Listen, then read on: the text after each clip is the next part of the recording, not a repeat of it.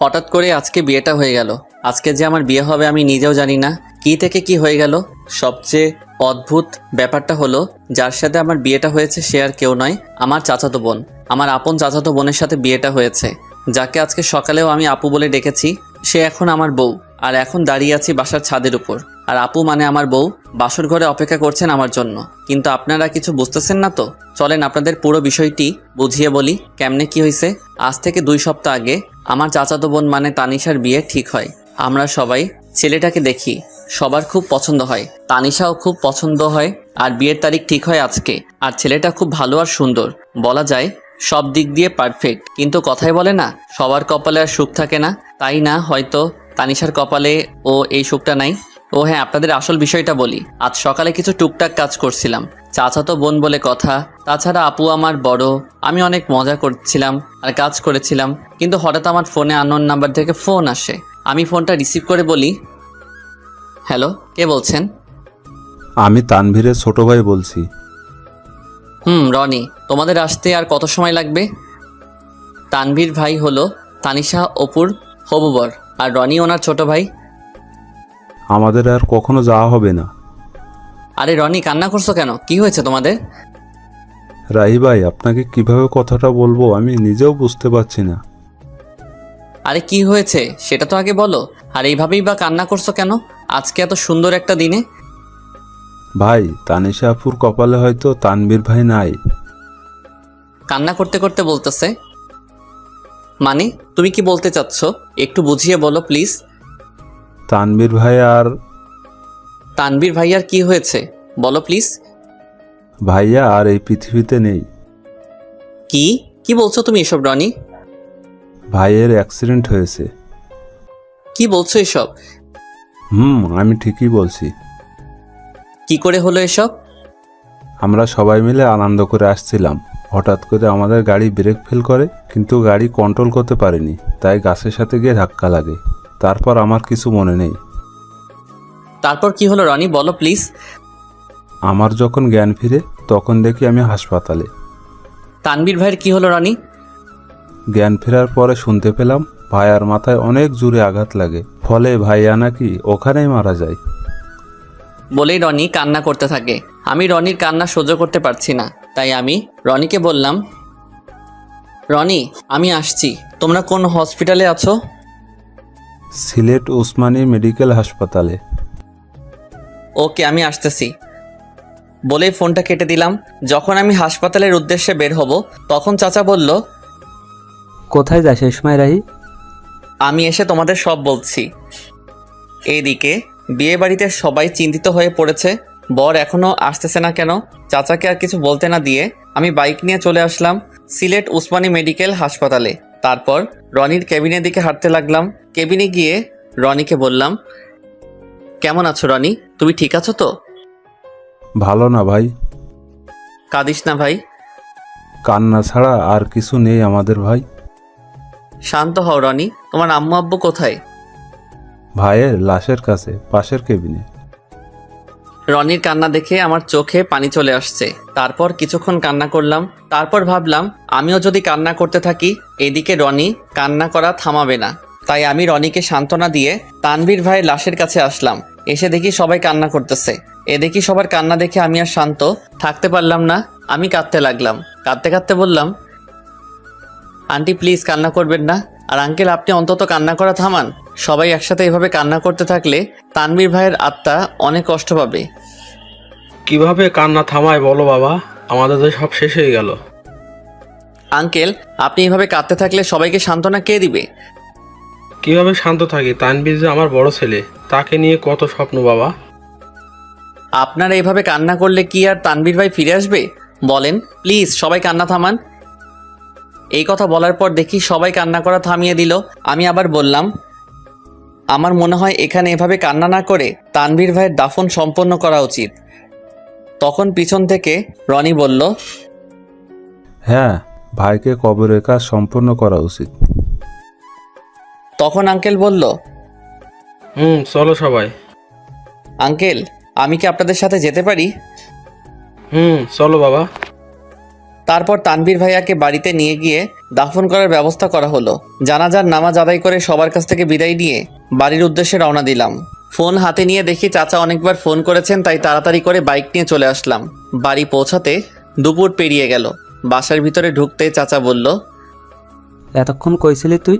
বলতো রাহি, আর বরপক্ষের কেউ ফোন ধরছে না কেন? দেখলাম চাচার পিছনে সবাই দাঁড়িয়ে আছে, এমনকি তানিশা আপুও। তাই আমি বললাম, তোমরা সবাই শান্ত হও, আমি সব খুলে বলছি। তাড়াতাড়ি বল, কি বলবি? আসলে তানভীর ভাই, কি হয়েছে? আর কান্না করছিস কেন তুই? আসলে তানভীর ভাই আর আমাদের মাঝে নেই। উনি দুনিয়ার মায়া ত্যাগ করে পরপারে চলে গেছেন। তারপর আমি সবকিছু খুলে বললাম। এসব শুনে তানিশা আপু রুমের দিকে দৌড়ে গেলেন। বুঝতে পারলাম কিছু একটা হবে। আমিও পিছনে দৌড়ে গেলাম।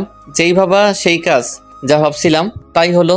জানালা দিয়ে দেখলাম তানিশা আপু সুইসাইড করতে যাচ্ছে। তানিশা আপু গলায় ফাঁস দেওয়ার চেষ্টা করছে।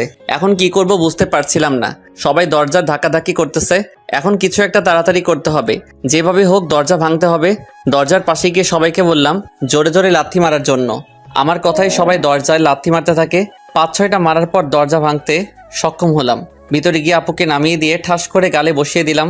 আপু হয়তো এটা কখনো ভাবতে পারিনি আমি আপুকে থাপ্পড় মারবো। আপু থাপ্পড় খেয়ে আমার গায়ে হেলান দিয়ে জ্ঞান হারালো। থাপ্পড়টা মেবি অনেক জোরে লেগেছে, তাই হয়তো জ্ঞান হারিয়েছে। আমি আপুকে নিয়ে নিচে নামালাম। সবাই আমার দিকে হা করে তাকিয়ে আছে।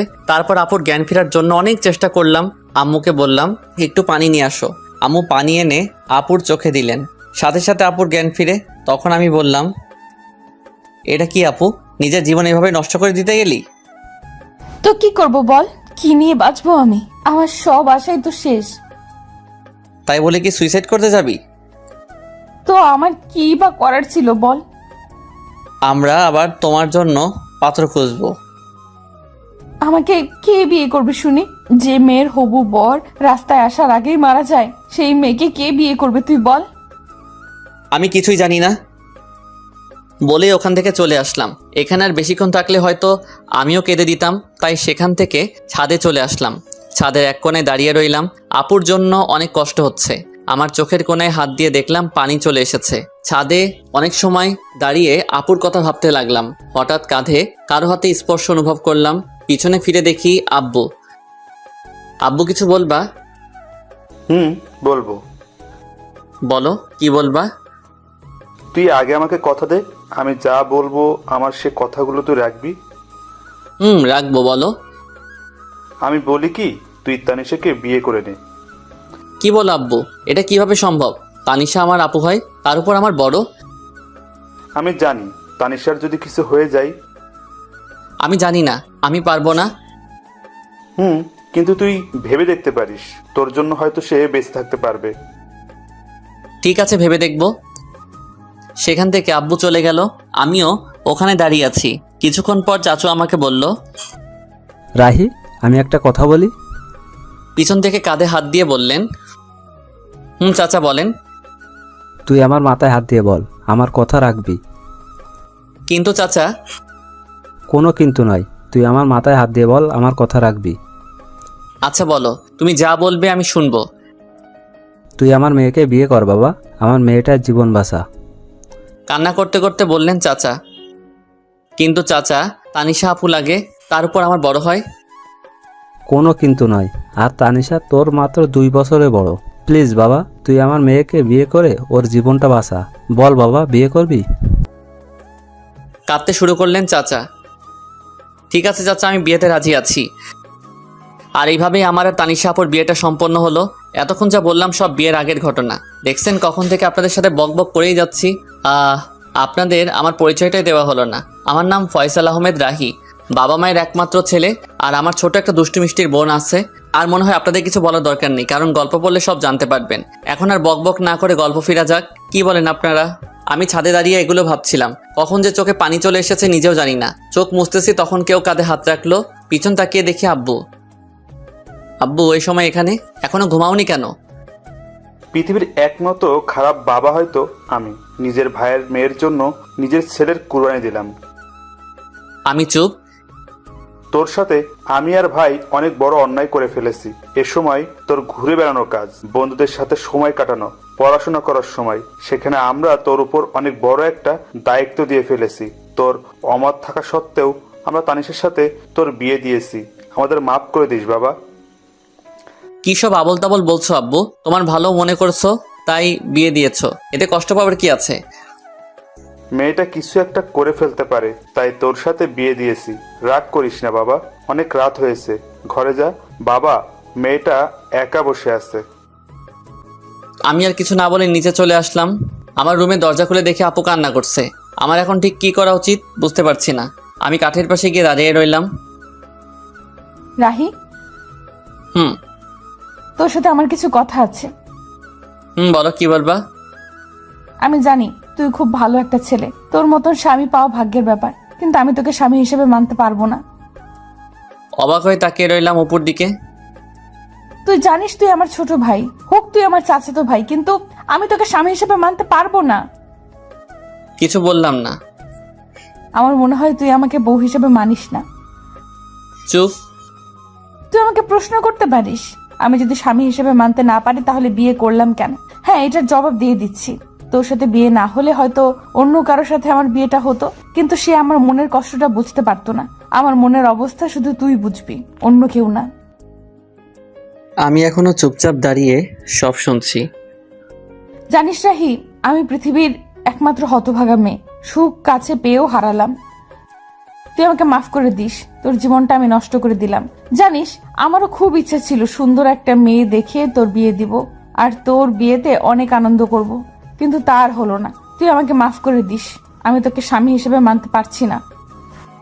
অনেক রাত হয়েছে, এখন ঘুমিয়ে পড়ো। এটুকু বলে বারান্দায় চলে এলাম। এমন কিছু আমার জীবনে হবে আমি কখনো কল্পনাও করতে পারিনি। কিন্তু আমি ভেবেছিলাম আমার সাথে বিয়ে হলে কোনো আফসোস থাকবে না, সব কিছু গুছিয়ে নিতে সমস্যা হবে না। কিন্তু কি ভাবলাম আর কি হলো। আসলে সবার কপালে সুখ থাকে না, আমার কপালেও হয়তো নেই। আজ নিজের উপর খুব রাগ হচ্ছে, কিন্তু কি আর করব। ঘর থেকে বের হয়ে ছাদে চলে এলাম আর নিজে নিজে বলতে লাগলাম, তানভীর ভাই, কেন তুমি চলে গেলে? তোমার জন্য আপু কান্না করছে, হয়তো তোমাকে এই কয়দিনে তোমাকে ভালোবেসে ফেলছে। আর কি বলে জানো ভাই, তোমাকে ছাড়া আর কাউকে স্বামী হিসেবে মানতে পারবে না। সত্যি কয়েকদিনে তোমাকে অনেক ভালোবেসে ফেলেছে, এমনকি আমাকেও স্বামী হিসেবে মানতে রাজি না। সত্যি ভাই, তুমি অনেক ভাগ্যবান ছিলে, আপুর মতো বউ পেতে যাচ্ছিলে। কথায় বলে না, সবার কপালে সুখ থাকে না, তেমনি তোমার কপালেও নেই, আমার কপালেও নেই। হায় রে কপাল আমাদের। এসব ভাবতে ভাবতে চোখের কোণায় আবারও হাত দিয়ে দেখি পানি। চোখে পানি মুছে পকেটে থাকা ফোনটা হাতে নিয়ে দেখি 2:45 বাজে। তাই আর ছাদে দাঁড়িয়ে না থেকে রুমে চলে এলাম। রুমে এসে দেখি এখনো আপু নাক টেনে টেনে কান্না করছে। কি ব্যাপার আপু, তুমি এখনো ঘুমাওনি?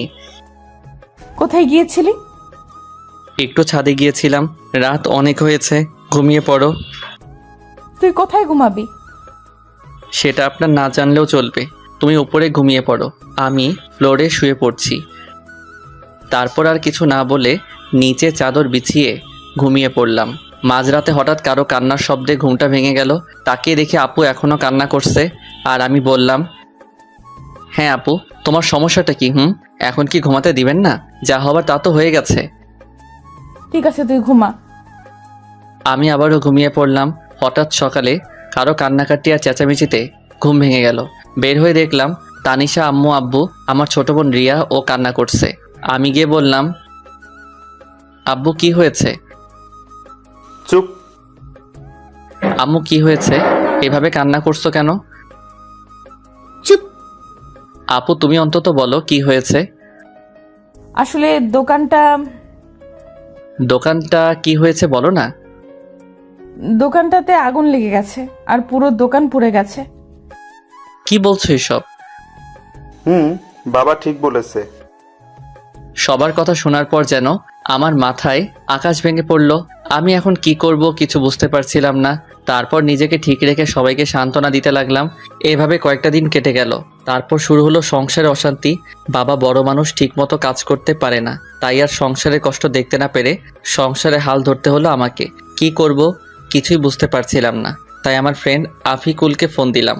হ্যালো আফিকুল দোস্ত, আমার সাথে একটু দেখা করতে পারবি? আরে এভাবে বলছিস কেন? কোথায় আসতে হবে সেটা বল। স্কুলের পাশে দোকানটায় আয় না দোস্ত।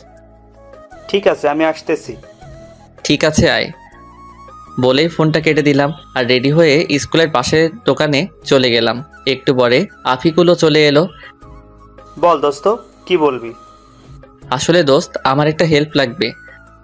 তুই এভাবে বলছিস কেন? কি হেল্প লাগবে সেটা তো বল। আসলে দোস্ত, আমার একটা চাকরি লাগবে। কি, তুই চাকরি করবি? আমি চাকরি করব, একটা ব্যবস্থা করে দে না।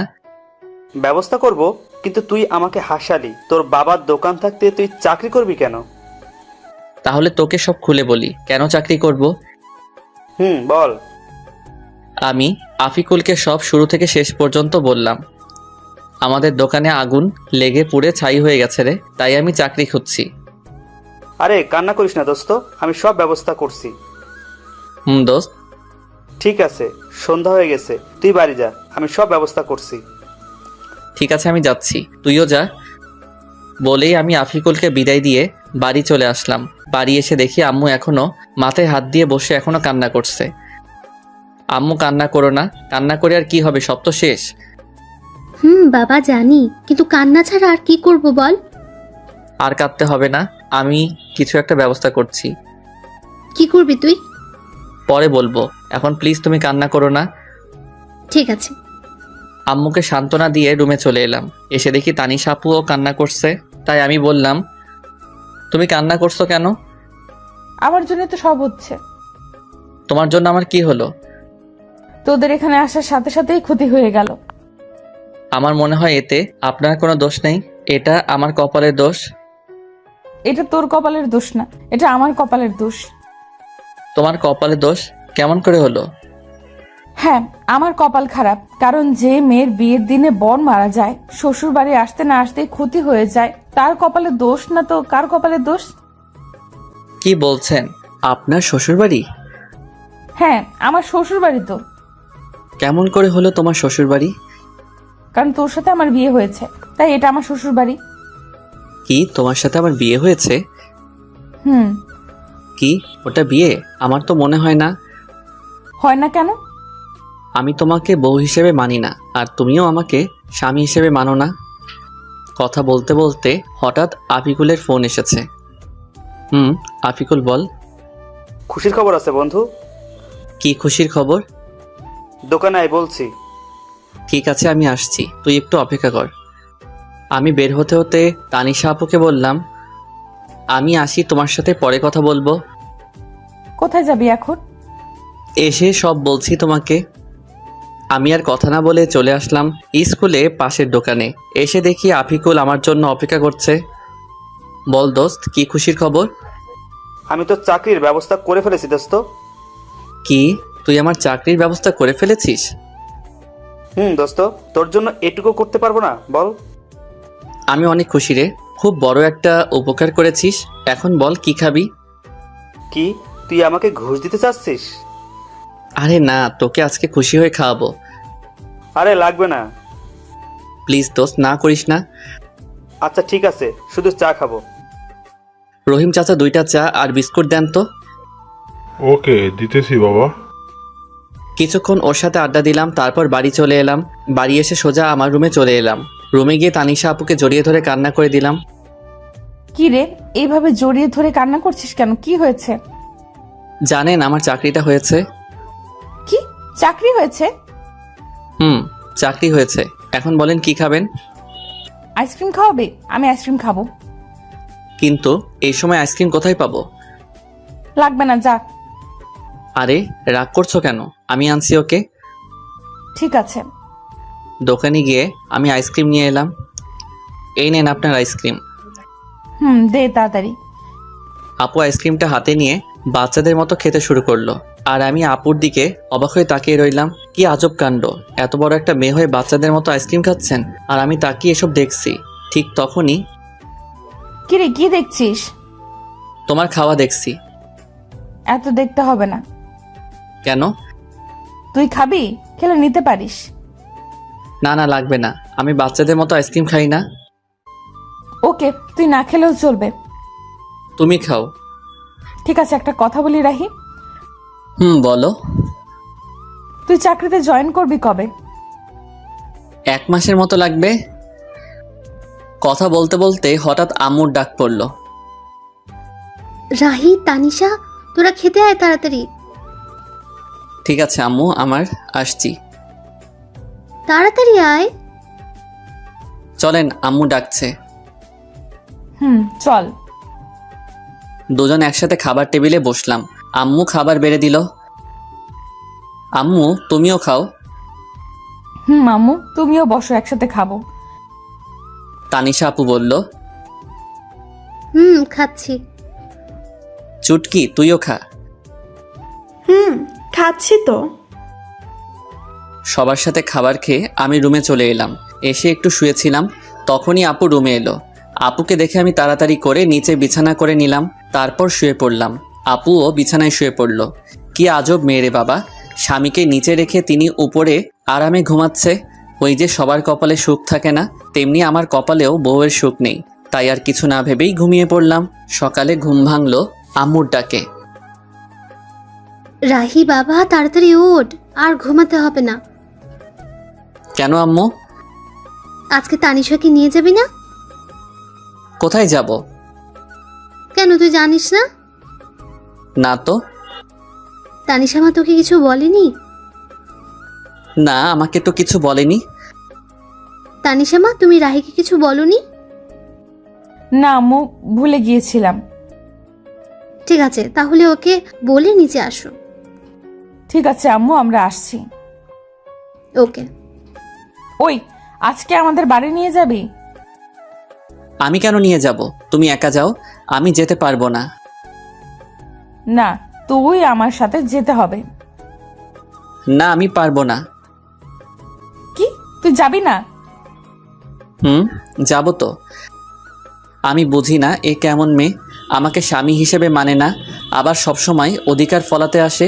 আজাইরা পেঁচাল। কিরে, চুপ করে আছিস কেন? এমনি। ঠিক আছে, এখন রেডি হয়ে আয়। ঠিক আছে, তুমি যাও, আমি আসছি। তাড়াতাড়ি আয়, নাস্তা করব। ঠিক আছে। ফ্রেশ হয়ে টেবিলে সবার সাথে নাস্তা শুরু করলাম। নাস্তা শেষ করে রুমে চলে এলাম। এসে শুয়ে পড়লাম। তখন দেখি তানিশা আপু আমার দিকে রাগি চোখে তাকিয়ে আছে। এভাবে তাকিয়ে আছো কেন? তুই এসে শুয়ে পড়লি কেন? তো কি করব? একটু আগে আমি কি বলছিলাম? কি বলছিলে? আমি আজকে আমাদের বাড়ি যাব বলছিলাম না? যাব তো। তাহলে এইভাবে শুয়ে পড়লি কেন? এমনি। তুমি রেডি হও। ঠিক আছে, তুইও রেডি হয়ে নে।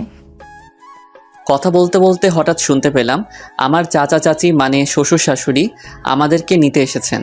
তাই আমি তাড়াতাড়ি করে রেডি হয়ে চাচা চাচির কাছে চলে এলাম। আমি তাদেরকে সালাম দিলাম। আসসালামু আলাইকুম চাচা চাচি, কেমন আছেন? ওয়ালাইকুম সালাম। বাবা ভালো, তুমি?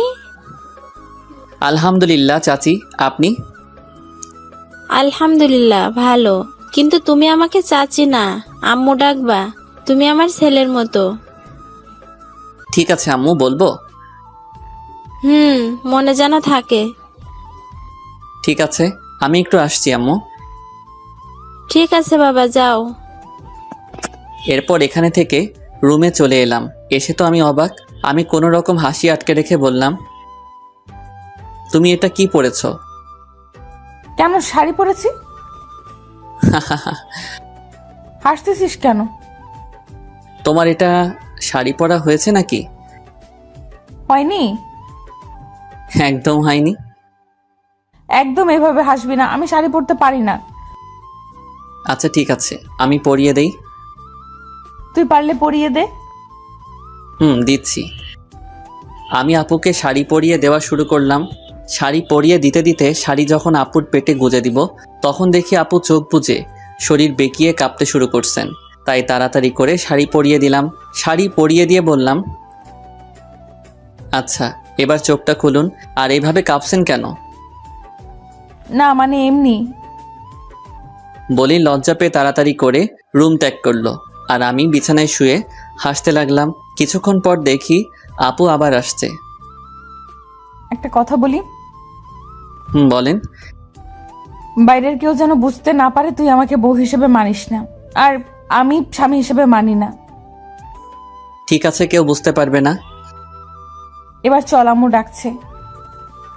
চলেন। শ্বশুরবাড়ি মধুর হাড়ি, যে খেয়েছে সে বুঝেছে কেমন তাদের খাতিরদারি। অতঃপর শ্বশুরবাড়ির উদ্দেশ্যে সবাই রওনা হলাম। আমাদের বাড়ি থেকে শ্বশুরবাড়ি, সরি, এখনও তো হয়নি, কারণ আপু আমাকে স্বামী হিসেবে মানেন না।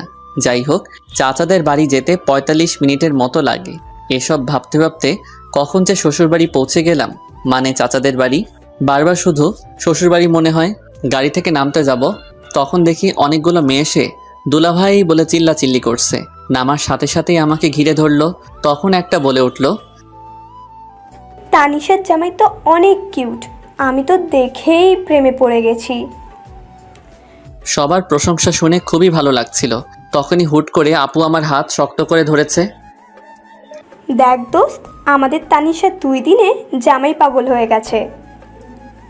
তানিশা আমার হাত ধরে ভিতরে নিয়ে এলো, তারপর সোজা আপুর রুমে নিয়ে গেল আর রাগে লুচির মতো ফুলতে লাগলো। তখন বলে উঠল, আপু, ওখানে অনেক আনন্দ পাচ্ছিলি তাই না? তা তো একটু শালি বলে কথা। ওদের সাথে আর কথা বলতে দেখলে পা ভেঙে দিব। যা এখন ফ্রেশ হয়ে আয়। ঠিক আছে। আমি ফ্রেশ হতে চলে গেলাম। ফ্রেশ হয়ে গিয়ে সোফায় বসে পড়লাম। তখনই সব শালি আমাকে ঘিরে বসে পড়লো আর একে একে সবাই পরিচয় দিতে থাকে। সবার সাথে কথা বলছিলাম, তখনই আপু সবাইকে সরিয়ে আমার পাশে বসে পড়লো। এটা দেখে সবাই তো অবাক, তার থেকে বেশি অবাক তো আমি হয়েছি। আপু আমার হাত শক্ত করে ধরে সবার সাথে কথা বলতে থাকে। কি আজব রে ভাই, স্বামী হিসেবে মানতে তো রাজি না, তার উপর এমন অবস্থা। যাই হোক, সবার সাথে আড্ডা দিতে দিতে অনেক রাত হয়ে যায়। তারপর খাওয়া দাওয়া শেষ করে আপুর রুমে এসে চাদর বিছিয়ে নিচে শুয়ে পড়লাম। তখনই আপু বলে উঠল, রাহে, তোকে নিচে শুতে হবে না। কেন? আমি নিচে ঘুমাই, তুই উপরে ঘুমা। লাগবে না, আমি নিচে ঘুমাতে পারবো।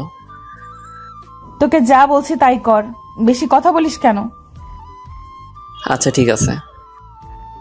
আমি আর কথা না বাড়িয়ে উপরে শুয়ে পড়লাম। সকালে কানের কাছে নিঃশ্বাসের শব্দ আসতেছে।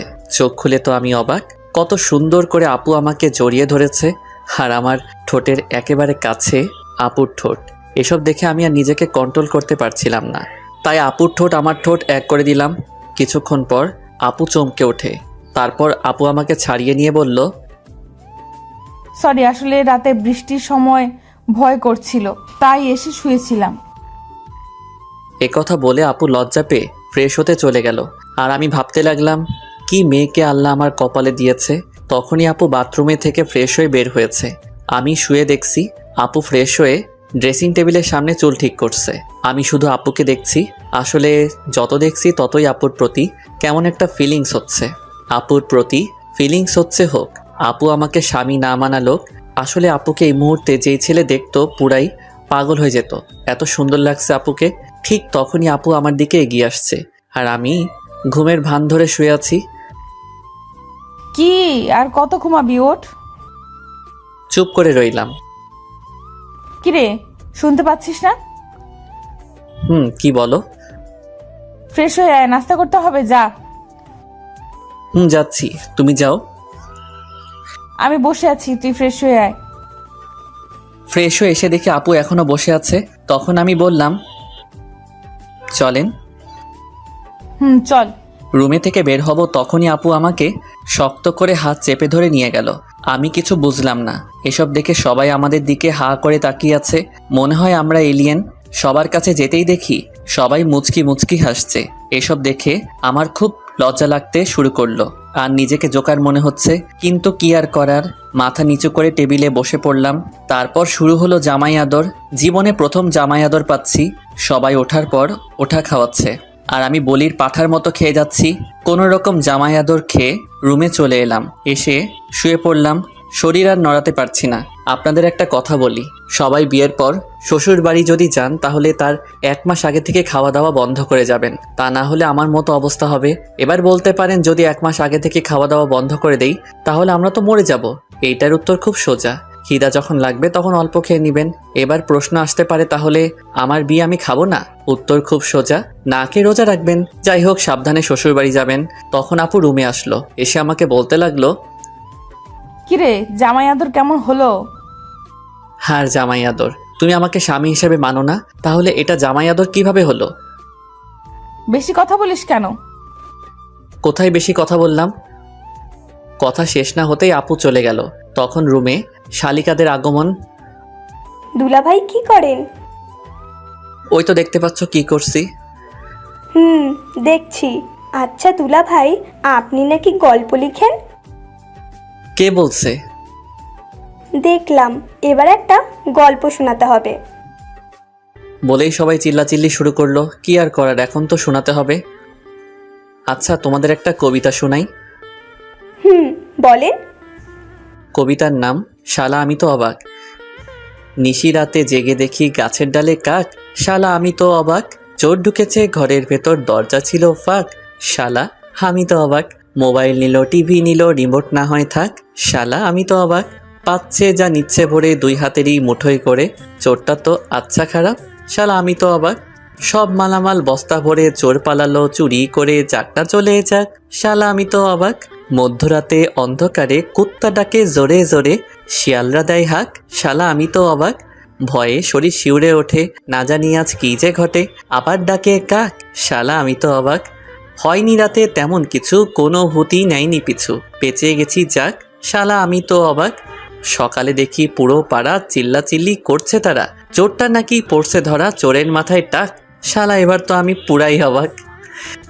এটা শুনে সবাই হাসতে হাসতে মরে যাওয়ার মতো অবস্থা। এভাবে দেখতে দেখতে কেটে গেল 2 দিন। আজ আমরা বাড়ি ফিরলাম। কথায় বলে না, হাসির পর কান্না আসে, তেমনি শুরু হলো আমাদের সংসারে টানাটানি। দোকান নেই, আব্বু কোনো কাজ করে না, এমনি আমিও কাজ করি না। বলে না, বসে বসে খেলে রাজার রাজত্ব শেষ হয়ে যায়, তেমনি আমাদের জমানো টাকাও শেষ হতে শুরু করলো। সংসারে অনেক টানাটানি, এসব আর ভালো লাগছে না। তাই আপিকুলের কাছে এলাম।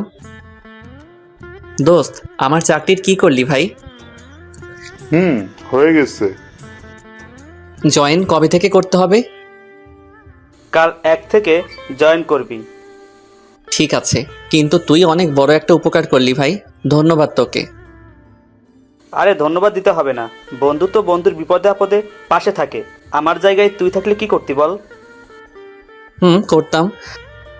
আচ্ছা, তুই পরীক্ষা ফিস দিয়েছিস? আমার হয়তো আর পড়ালেখা হবে না রে। লেখাপড়া ছাড়বি কেন? তো কি করব বল? জানি তোর কাছে টাকা নাই, তাই এই কথা বললি। আরে না। আমি সব জানি, আমার কাছে নাটক করবি না, আমি তোর টাকা দিয়ে দিব। ওকে দোস্ত। আচ্ছা চল, কলেজে গিয়ে সব দিয়ে আসি। না দোস্ত, এ সময় না, তুই গিয়ে আমার টাকাটা জমা দিয়ে দিস। আচ্ছা ঠিক আছে, আমি যাচ্ছি, পরে দেখা হবে। এরপর আফিকুল চলে যায়। মনের মধ্যে একটু শান্তি অনুভব করতে লাগলাম। আফিকুলকে বিদায় দিয়ে বাড়ি চলে এলাম। রাতে সবার সাথে খাবার খেয়ে একটু ছাদে চলে এলাম। কিছুক্ষণ পর আমার কাঁধে কেউ হাত রাখলো। চেয়ে দেখি আব্বু। আব্বু, কিছু বলবা? আসলে কিভাবে যে বলবো। বলো তো। তানিশার রেজিস্ট্রেশনের টাকা দিতে হবে বাবা। কত টাকা লাগবে? 6,000 টাকার মতো লাগবে। আচ্ছা ঠিক আছে, কবে দিতে হবে? কালকের পরের দিন। আচ্ছা ঠিক আছে, কালকে দিয়ে দিব। ঠিক আছে। আব্বু, তুমি এভাবে কান্না করছো কেন? এমনি বাবা। বলেই আব্বু কান্না করতে করতে চলে গেল। আব্বুর কান্না দেখে নিজেকে কন্ট্রোল করতে পারলাম না, নিজেও কান্না করে দিলাম। আব্বু চলে যাওয়ার পর কিছুক্ষণ ছাদে রইলাম, তারপর সেখান থেকে এসে ঘুমিয়ে পড়লাম। সকালে তাড়াতাড়ি ঘুম থেকে উঠে ফ্রেশ হয়ে নামাজ আদায় করে নিলাম। কাউকে কিছু না বলে অফিসে চলে এলাম। আগে থেকে সব কিছু বলা ছিল, তাই সোজা জয়েন করে ফেললাম। তারপর ম্যানেজার স্যারের কাছে এলাম। আসতে পারি স্যার? আরে রাহি, আসো। স্যার, আমার কাজটা কি জানতে পারি? অবশ্যই। আমার কাজটা কি?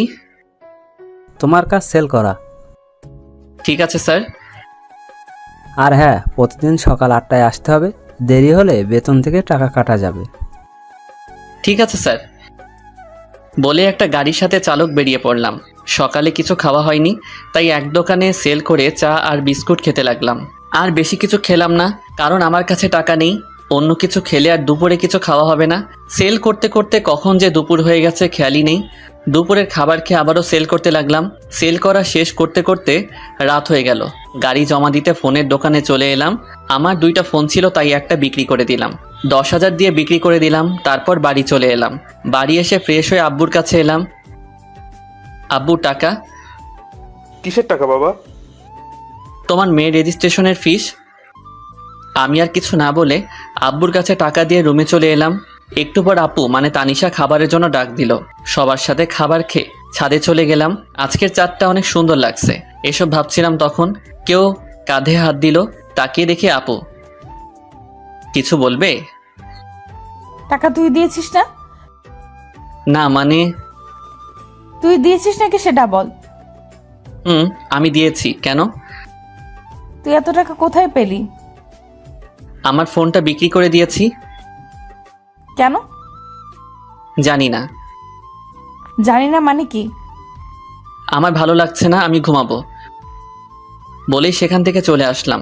আর বেশি কথা বললাম না, কথা বললে হয়তো কথা আরো বেড়ে যেত। রুমে এসে ঘুমিয়ে পড়লাম। সকালে পাখির কিচিরমিচির আওয়াজে ঘুম ভেঙে গেল। নামাজের সময় ছিল, তাই নামাজটা আদায় করে নিলাম। সকালে সবার সাথে নাস্তা করতে বসে পড়লাম। হঠাৎ করে তানিশা আপু বলল, আব্বু, আমি একটা কথা বলবো। মা বলো। বলছিলাম কি, রাহি তো একাই চাকরি করে এখন সংসার চালায়, আর তাতে ওর অনেক কষ্ট হয়।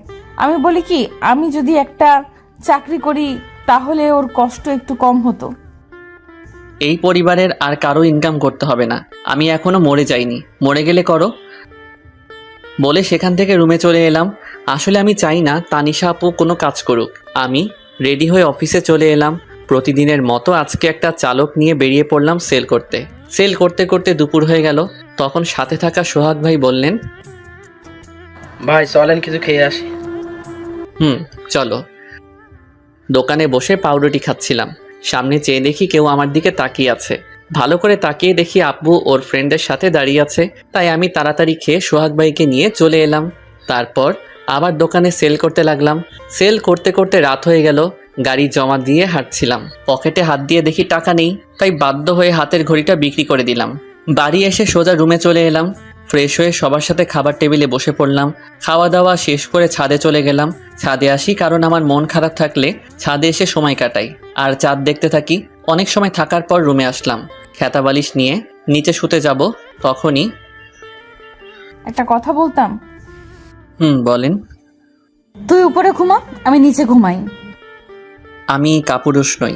একটা মেয়েকেই নিচে ঘুমাতে দিয়ে আমি উপরে ঘুমাবো, আপনি ঘুমান। আর কথা না বলে ঘুমিয়ে পড়লাম। সকালে ঘুম থেকে উঠে দেখি আপু গোসল করে আসছে। এটা দেখে তো আমি আপুর উপরে আবারও ক্রাশ খাইছি। ভেজা চুলে আপুকে অসম্ভব সুন্দর লাগছে, আপনাদের বলে বোঝাতে পারবো না। আপু আমার দিকে তাকাতেই আমি ঘুমের ভান ধরে রইলাম। তখন আপু বললেন, কি উঠবি না? আর কত ঘুমাবি? সবাই নাস্তা করার জন্য অপেক্ষা করছেন। উঠছি, তুমি যাও।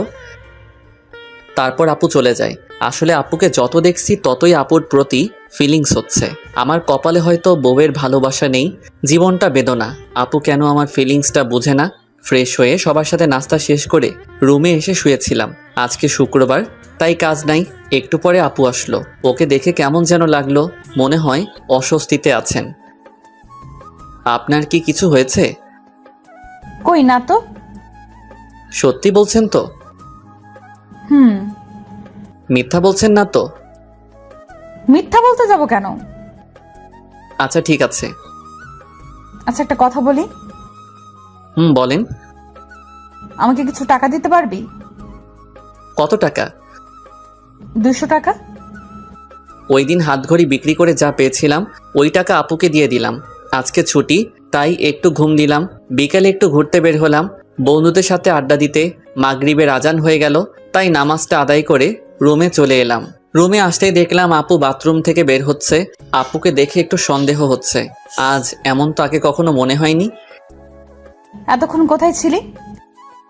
এই একটু বাইরে ঘুরছিলাম। আমাকে নিয়ে গেলি না কেন? আপনাকে নিয়ে যাব কেন? কেন, আমি যেতে পারি না বুঝি? না, আমার সাথে যেতে পারেন না। আমাকে তো স্বামী হিসেবে মানেন না। তোর সাথে ঘুরতে না যাওয়ার কি আছে? ওকে সামনের ছুটির দিন নিয়ে যাব। লাগবে না, আমি তোর সাথে যাব না। ওকে না গেলে আমার কি আর কত আছে যাওয়ার জন্য? ওই কি বললি? কই কিছু না। আমি যাব। এখন না বললেন যাবেন না? এখন যাব, তোর কোনো সমস্যা? না, সমস্যা নেই। তারপর রাতে খাবার খেয়ে ঘুমিয়ে পড়লাম। পরের দিন ভোর সকালে ঘুম ভাঙলো। ঘুম থেকে উঠে নামাজ আদায় করে নিলাম। তারপর একটু গ্রামটা ঘুরে দেখতে লাগলাম। সকালের আবহাওয়া মনটা অনেক ভালো করে দেয়। কত সুন্দর লাগে সকালবেলা। কিছুক্ষণ গ্রামটা ঘোরাঘুরি করে রুমে চলে এলাম। এসে দেখি আপু এখনো ঘুমিয়ে আছে। ভাবলাম ঠেকে দিব কিনা, অত কিছু না ভেবে ডাক দিলাম, আপু ওঠেন, সকাল হয়ে গেছে। আর কত ঘুমাবেন? ওই আপু উঠবেন না? কি হয়েছে আম্মু, এত সকাল সকাল ডাকছো কেন? কেদি কয় কি আমি নাকি তার আম্মু? আরে আমি রাহি। ও তুই? কখন থেকে ডাকছি, উঠছেনই তো না। সরি। বলেই আপু ফ্রেশ হতে চলে গেল। সকালে নাস্তা করে কাজে চলে এলাম। দোকানে সেল দিতে দিতে এক জায়গায় দাঁড়িয়ে গেলাম। আপুর মতো কাউকে দেখতে পাচ্ছি। একটু কাছে গিয়ে দেখি আসলেই ওটা আপু। কিন্তু আপু এই জায়গায় কি করে? দেখলাম একটা ফার্মেসিতে ঢুকলো, সাথে চুটকি। তারপর কিছু একটা কিনে চলে গেল। আমি বুঝতে পারছি কি নিয়ে গেছে আপু। ভাবছি এখন গিয়ে জিজ্ঞেস করব কিনা। আপু সেখান থেকে চলে গেল। আমিও সেল দিতে চলে এলাম। রাতে খাবার খেয়ে রুমে আসলাম আর আপুর জন্য অপেক্ষা করতে লাগলাম। কিছুক্ষণ পর দেখি আপু রুমে আসলো। চোখ মুখ কেমন যেন হয়ে গেছে। নিজেকে একটু সাহসী বানিয়ে বললাম, আপনার সাথে কিছু কথা ছিল। বল। আপনি আজ 11টার সময় কোথায় ছিলেন? আমার কথায় কিছুটা ভয় পেয়ে গেল আপু। বান্ধবীদের সাথে কেন? না এমনি। আপনি ঠিক আছেন তো? ঠিকই তো আছি। না আপনি ঠিক নেই। আমার কাছ থেকে কিছু কি লুকাতে চাচ্ছেন? কি লুকাবো আমি? তুই কিসের কথা বলছিস? এইটার কথা বলছি, প্যাকেটটা সামনে ধরে। আসলে আপনার হয়তো বুঝতে পারছেন না কিসের প্যাকেটের কথা বলছি। ওইটা প্যাড ছিল। অনেকে হয়তো এখন বুঝতে পারছেন। এসব বলায় আপু কিছুটা লজ্জা পেয়ে যায়। লুকানো কি আছে এসব? জানি আপনি আমাকে স্বামী হিসেবে মানেন না, কিন্তু নিজের সমস্যার কথা তো বলতে পারেন না। এখন আমাকে বিশ্বাস করে উঠতে পারেননি? না তেমন কিছু না, আসলে বলতে লজ্জা লাগছিল। লজ্জার কি আছে এতে শুনি? কবে থেকে শুরু হয়েছে? 2 দিন হলো। ওকে তুমি এখানে বসো, আমি আসছি। আপুর জন্য গরম পানি করে নিয়ে আসলাম। কি ওগুলো? আপনার জন্য গরম পানি নিয়ে এসেছি। তুই এত কষ্ট করতে গেলি কেন? আমি করে নিতাম। তা তো জানি। কত ব্যথা সহ্য করে হাসি মুখে কথা বলছেন। আপনার আর কয়েকদিন কিছু করতে হবে না, রেস্ট নিন। তুই এত ভালো কেন? সবার কত খেয়াল রাখিস, আমার পিরিয়ডের কথা শুনে এত কেয়ার করছিস। যদিও তোকে স্ত্রীর অধিকার দেইনি, যদি দিতাম আরো কত কিছু করতে আমার জন্য। সরি রাহি, আমি জানি তুই অনেক ভালো। তোর মতো স্বামী সবার কপালে জোটে না, কিন্তু আমি কেন যে তোকে মেনে নিতে পারছি না। কি ভাবছেন? কিছু না, তুই ঘুমিয়ে পড়। না, যদি আপনার কিছু লাগে। লাগবে না, দরকার হলে তোকে ডাক দিব। ওকে। তারপর আমি ঘুমিয়ে পড়লাম। পরের দিন আর কাজে যাইনি। আপুর শরীরটা খারাপ হয়ে পড়ছিল, তাই সারাদিন আপুর পাশে ছিলাম। যখন যেটা লাগে সব করলাম।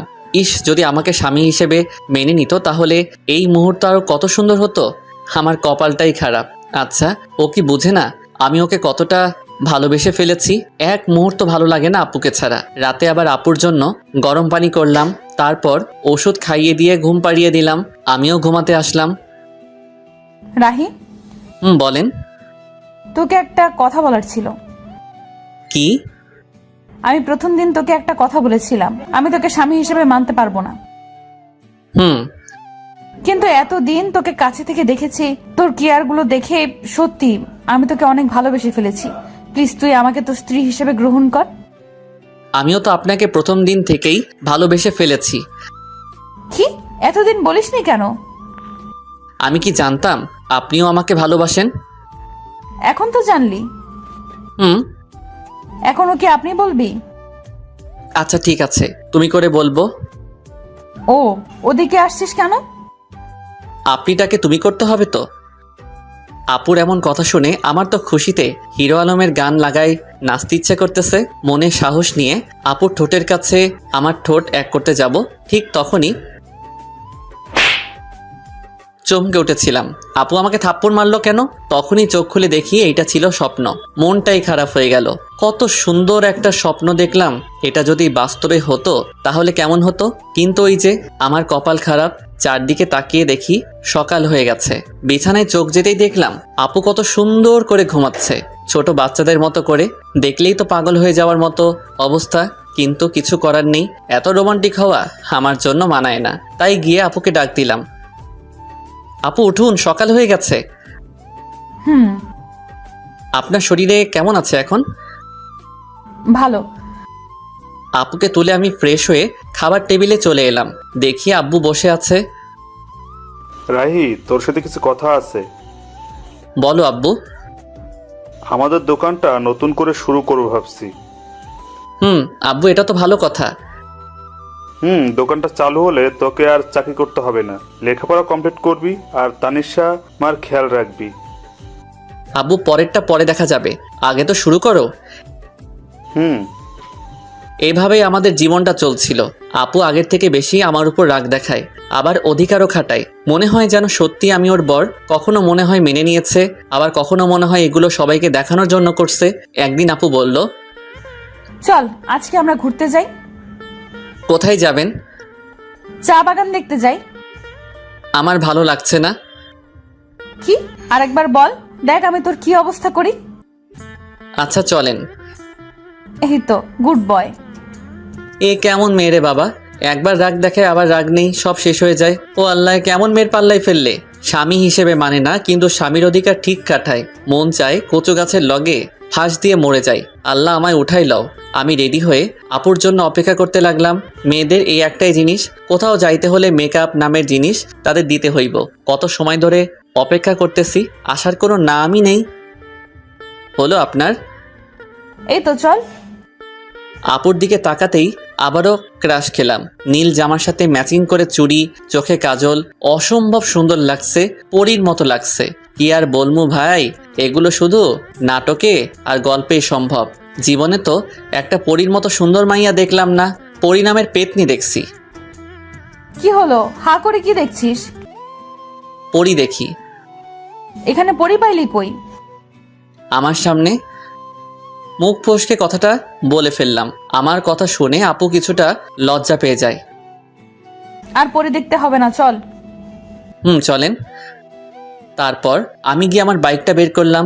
আপু এসে দাঁড়িয়ে আছে। উঠবেন না? উঠছি তো। বলেই আপু বাইকে উঠে আমার কাঁধে হাত রাখলো। কাঁধে হাত দিতেই অন্যরকম অনুভূতি হচ্ছিল। এই প্রথম বাইকে কোনো মেয়েকে নিয়ে উঠলাম। চাচাতো বউকে নিয়ে বাইক চালাচ্ছি, খুব ফিলিংস হচ্ছে। এই ফিলিংসটা আপনাদের বলে বোঝাতে পারবো না। তারপর বাইকটা স্টার্ট করে চালাতে শুরু করলাম।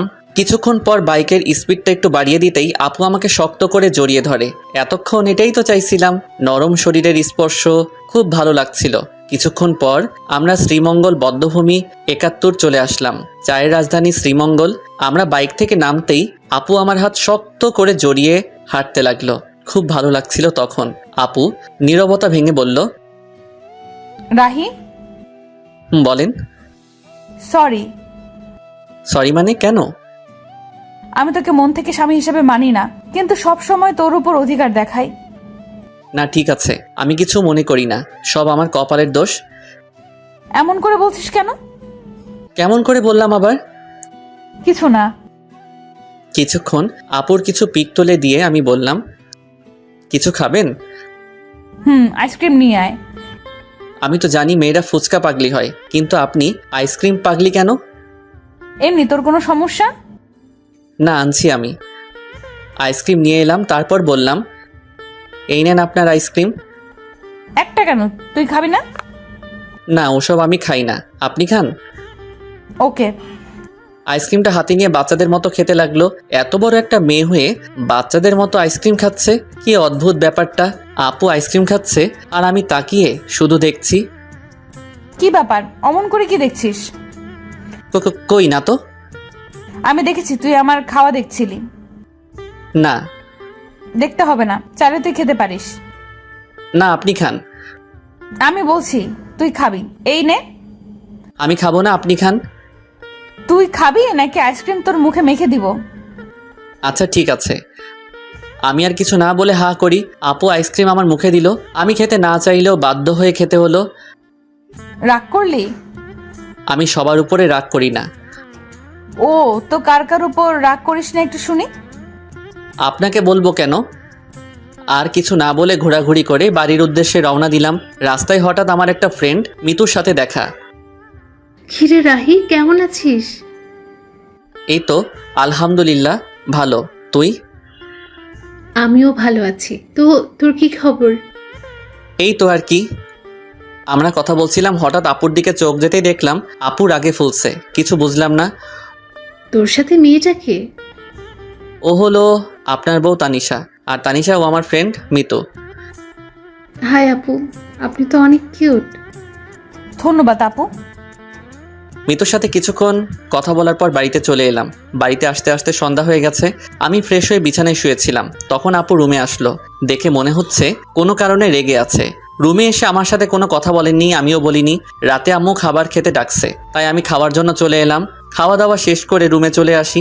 এসেই শুয়ে পড়ি, তখন আপু রুমে আসলো। তখন আমি বললাম, কি ব্যাপার, আপনাকে এমন দেখাচ্ছে কেন? সারাদিন তো ঠিকই ছিলেন। আমার সাথে কথা বলবি না তুই? কেন, আমি আবার কি করলাম? মেয়ে মানুষ দেখলে এই গায়ে পড়ে কথা বলতে হবে, তাই না? কখন আবার মেয়েদের সাথে কথা বললাম? ও, এখন তো মনে করিয়ে দিতে হবে। আসার সময় কি ওই মেয়ের সাথে কথা বলিসনি? এত হেসে হেসে কি কথা শুনি? ও তো আমার ভালো ফ্রেন্ড। তাহলে ওর কাছে যা, আমার সাথে কথা বলবি না। আমি ওর সাথে কথা বলছি, তাতে আপনার কি? আপনি এত রাখছেন কেন? আমারই তো সব। মানে? কিছু না। বলেই শুয়ে পড়লো। কি আজব মেয়ে রে বাবা, এখন দেখছি কারোর সাথে কথা বলতে দেবে না। নিজে তো ভালোভাবে কথা বলেই না, আবার অন্য কারোর সাথে কথা বললে রেগে যায়। মেয়েদের মন বোঝা আসলে অনেক কঠিন। কি কখন কি চায় তারাই ভালো জানে। কি বলছিস? আপনি এখনো ঘুমাননি? তুই ঘুমাবি না? ঘুমাচ্ছি। সকালে ঘুম থেকে উঠে তো অবাক, আপু আমাকে জড়িয়ে ধরে শুয়ে আছে। আমার শরীর কাঁপছে, হার্টবিট বেড়ে যাচ্ছে। কিন্তু কি আর করব, এত রোমান্টিক হলে তো চলবে না। আপুকে ডাকতে লাগলাম, আপু আমাকে জড়িয়ে ধরে শুয়ে আছে কেন? আমি আমার হাজবেন্ডকে জড়িয়ে আছি। তোর কোনো সমস্যা? আপনার হাজবেন্ড মানে বুঝলাম না। এখন ঘুমাতে দে, বেশি কথা বলিস না। আপনি ঘুমাবেন ভালো কথা, আমাকে তো ছাড়েন। আমার ইচ্ছে হয়েছে তাই ঘুমিয়েছি, ডিস্টার্ব করিস না তো এখন। হারামজাদি কয় কি, আমাকে জড়িয়ে আছে, আবার আমাকেই বলছে ডিস্টার্ব না করতে। মনে হচ্ছে লাথি মেরে মঙ্গল গ্রহে পাঠিয়ে দেই। কিন্তু ততক্ষণে ভাবলাম, যদি সেখানে পাঠিয়ে দেই আমার কি হবে? আমি তো আপুকে ভালোবাসি। নিজেকে শান্ত করে বললাম, আপনি ঘুমান, আমি মানা করেছি নাকি? কিন্তু আমাকে ছাড়ুন। তারপর আপু আমাকে ছেড়ে দেয়। আপনি চাইলে আরো ঘুমাতে পারেন। আমি ফ্রেশ হয়ে নাস্তা করে রুমে এসে দেখি বাচ্চাদের মতো বালিশটাকে জড়িয়ে ধরে শুয়ে আছে। এটা দেখে আমার ঠোঁটের কোণায় হাসি ফুটে উঠেছে। কালকে দিনটা আমার কাছে অনেক ভালোই লাগছিল। যত দিন যাচ্ছে আপুর প্রতি দুর্বলতা কাজ করছে। কেন জানি অনেক ভালোবেসে ফেলেছি। আপুকে ছাড়া হয়তো এখন 1 সেকেন্ডও বাঁচতে পারবো না। আমি কি আমার মনের কথা বলে দিব? কিন্তু তখন যদি রেগে যায়? কিন্তু আমার মনের কথা না বলা পর্যন্ত তো আমি শান্তি পাচ্ছি না। সব সময় আপুর প্রতি ভালোবাসা, দুর্বলতা, ওকে স্পর্শ করার ইচ্ছা, ওর প্রতি নেশা আমার ভেতরটাকে শেষ করে ফেলছে। আচ্ছা, আপু কি আমাকে ভালোবাসে? ওর ব্যবহার দেখে তো তাই মনে হচ্ছে। আপুও আমাকে ভালোবাসে, কিন্তু বলতে পারছে না। আচ্ছা, আমি কি সরাসরি গিয়ে বলে দিব? আমরা কি সবকিছু ভুলে দুজন দুজনকে ভালোবাসতে পারি না? আজকে বলে দিব, যা হবার হবে। এদিকে তানিশা ঘুম থেকে উঠে আমাকে কোথাও খুঁজে পাচ্ছে না। সকাল থেকে একবারও দেখছে না। তানিশাও আমাকে ভালোবাসে, কিন্তু কখনো বলতে পারছে না। কারণ একে তো ও একটা মেয়ে, তার উপর আমি ওর চাচাতো ভাই, তার উপর ছোট লজ্জার কারণে বলতে পারছে না। কিন্তু মন থেকে রাহিকেই ভালোবাসে। রাত্রে বাড়ি আসার সময় আপুর জন্য আইসক্রিম, চকোলেট আর ফুল নিয়ে আসলাম। যেগুলো আপুর পছন্দ করে সেগুলো নিয়ে আসি। আজকে আমার মনের কথা বলেই দিব, পরে যা হবার দেখা যাবে। বাড়িতে এসে এগুলো নিয়ে সোজা আমার রুমে চলে এলাম। আমার রুমের মধ্যে ঢুকতে যাব, তখনই দেখি আপু কারোর সাথে ফোনে কথা বলছে। কি যেন মনে করে আর ভিতরে গেলাম না। দরজার ওপাশে দাঁড়িয়ে শুনতে লাগলাম। হ্যাঁ, আমি সত্যি ওকে ভালোবাসি আর ওর সাথে সারা জীবন থাকতে চাই। কিন্তু এই ঝামেলাটা থেকে আগে বের হই, তারপর আব্বু আম্মুকে সব বলে আমরা দুজন হানিমুনে যাব। তাদের কথা শুনে আমি তো অনেক বড় একটা ধাক্কা খাই। তার মানে আপু অন্য কাউকে ভালোবাসে। মুহূর্তের মধ্যে আমার সব আশা ভরসা সব নষ্ট হয়ে যায়। আমি কখনো ভাবতে পারিনি আমি ওর কাছে এত বড় একটা সমস্যা। আমি ফুলগুলো ফেলে দিয়ে আইসক্রিম আর চকলেট চুটকিকে দিয়ে দিলাম। না নয়, আমি ওকে মুক্ত করে দিব। আমি তাদের মাঝে ঝামেলা হয়ে থাকতে চাই না। তাই অনেক কিছু ভেবে সিদ্ধান্ত নিলাম আমি ওকে ডিভোর্স দিয়ে দিব। ও যদি অন্য কাউকে নিয়ে সুখে থাকতে চায় আমি বাধা দিব না। আমি রুমে ঢুকতেই আপু ফোন রেখে দেয়। সারাদিন কই ছিলি? একবারও বাড়িতে দেখলাম না। একটা কাজ ছিল। সারাদিন কিছু খেয়েছিস? দাঁড়া, আমি তোর জন্য খাবার আনছি। না না, আমি খাবো না, বাইরে থেকে খেয়ে এসেছি। যে কথাগুলো শুনেছি আর খাবার মুখে দিয়ে কি আর যাবে। তোর সাথে আমার কিছু কথা ছিল। বলেন। অনেক দিন থেকেই বলতে চেয়েছিলাম কিন্তু বলতে পারিনি। জানি না এই বিষয়টা তুই কিভাবে নিবি। অত কিছু না বলে আসল কথাটা বলেই ফেলুন। আসলে আমি তোকে ডিভোর্স দিতে চান তাই তো? মানে মানেটা খুব সহজ। আপনি আর এই মিথ্যা সম্পর্ক রাখতে চান না, তাই আমাকে ডিভোর্স দিতে চান। সমস্যা নেই, দিয়ে দিব। আপনার ইচ্ছা আমি খুব তাড়াতাড়ি পূরণ করে দিব। আমি ডিভোর্স পেপার রেডি করছি। আপনি আপনার পছন্দ মতো একটা ছেলেকে বিয়ে করে নিয়েন। কিন্তু আমি তো বাড়িতে কিভাবে জানবেন? ওইটা আপনাকে চিন্তা করতে হবে না, আমি ম্যানেজ করে নিব। তারপর আমি আর আপুকে কিছু বলার সুযোগ না দিয়ে ফ্লোরে শুয়ে পড়লাম। আর বেশিক্ষণ কথা বললে হয়তো চোখ দিয়ে বন্যা শুরু হয়ে যেত। যাকে এতটা ভালোবাসি সে আজ আমাকে এভাবে ছ্যাঁকা দিয়ে দিল। এসব ভাবতে ভাবতে কখন ঘুমিয়ে পড়েছি মনে নেই। হঠাৎ কারো কান্না করার আওয়াজ শুনে ঘুমটা ভেঙে যায়। চোখ খুলে দেখি তানিশা আপু কান্না করতেছে। কি ব্যাপার, এত রাতে কান্না করছেন কেন? কিছু না, এমনি। আজব তো, এত রাতে কেউ কাঁদে? নিজেও ঘুমাচ্ছেন না, আমাকেও ঘুমাতে দিচ্ছেন না। আচ্ছা তুই ঘুমা। আমি ঘুমিয়ে যাই।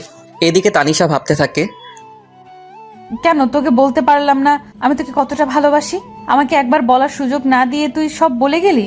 আমি নাকি ডিভোর্স চাই? কিভাবে ভাবছিস এসব? ওকে, তুই যদি আমাকে ডিভোর্স দিয়ে ভালো থাকিস তাহলে চলে যাব তোর জীবন থেকে অনেক দূরে। তাছাড়া তোকে বিয়ে করে তোর জীবনটা আমি নষ্ট করে দিয়েছি, পারলে ক্ষমা করে দিস। পরের দিন আমি উকিলের সাথে যোগাযোগ করে ডিভোর্সের অ্যাপ্লাই করে আসলাম। আমাদের 6 মাসের ডেট দিয়েছেন। সেখান থেকে আফিকুলের সাথে দেখা করলাম। দোস্ত, আমার সব শেষ। কেন, তোর আবার কি হলো? আর কাঁদছিস কেন? তানিশা আমার কাছে থেকে ডিভোর্স চাই। কি বলছিস এসব তুই? হ্যাঁ, আমি সত্যি বলছি। তাহলে কি করবি এখন তুই? আমার সাথে চল। কোথায়? চল না। আমি আর আফিকুল একটা বারে আসলাম। এখানে আনলি কেন? ড্রিঙ্কস করব তাই। তুই কি ড্রিঙ্কস করিস? হুম। কিন্তু তুই তো আজ পর্যন্ত একটা সিগারেটও মুখে নিয়ে দেখিস নাই। আজকের মতো তো আর কখনো কষ্ট পাই নাই। তারপর আমরা দুজনই ড্রিঙ্কস করি। আমি একটু বেশি খেয়েছি, যার কারণে নিজেকে কন্ট্রোল করতে পারছি না। তাই আফিকুল আমাকে বাড়িতে নিয়ে আসে। বাড়িতে দরজায় নক করতে তানিশা দরজা খুলে দেয়। ভাবি, আসলে আজকে রাহি একটু ড্রিঙ্ক করে ফেলেছে। আচ্ছা ঠিক আছে, আপনি ওকে ভেতরে নিয়ে আসুন। তারপর আফিকুল আমাকে রুমে রেখে চলে যায়। একটু পরে আপু আসলো। তুই ড্রিঙ্কস করেছিস? হ্যাঁ, করেছি। তোর কোনো সমস্যা? তুই তো আগে এমন ছিলি না। সবসময় কি একরকম থাকতে হবে? এই বলে আমি তানিশার দিকে এগোচ্ছি আর তানিশা পিছনে যাচ্ছে। এদিকে আসছিস কেন? আমার ইচ্ছে হয়েছে, আমি আমার বউকে আদর করব, যা ইচ্ছা তাই করবো। আপনার কোনো সমস্যা? আমি তোকে আগেই বলেছিলাম। পুরো কথা শেষ হওয়ার আগে আমি ওকে ধরে ফেলি। কি করছিস? ছাড় আমাকে।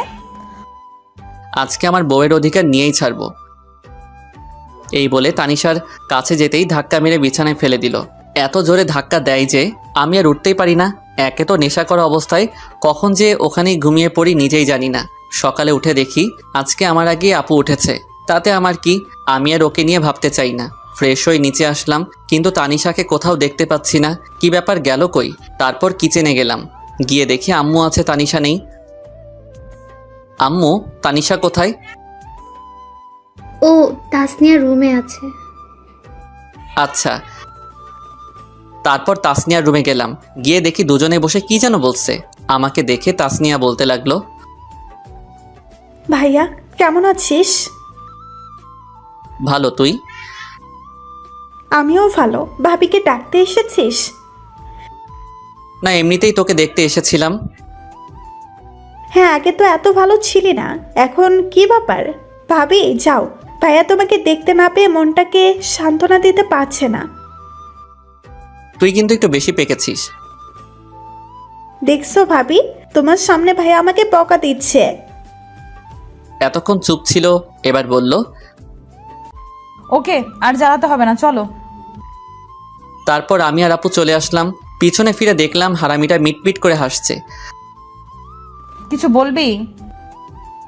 আসলে কালকে রাতের জন্য সরি। আপু মাথা নিচু করে আছে।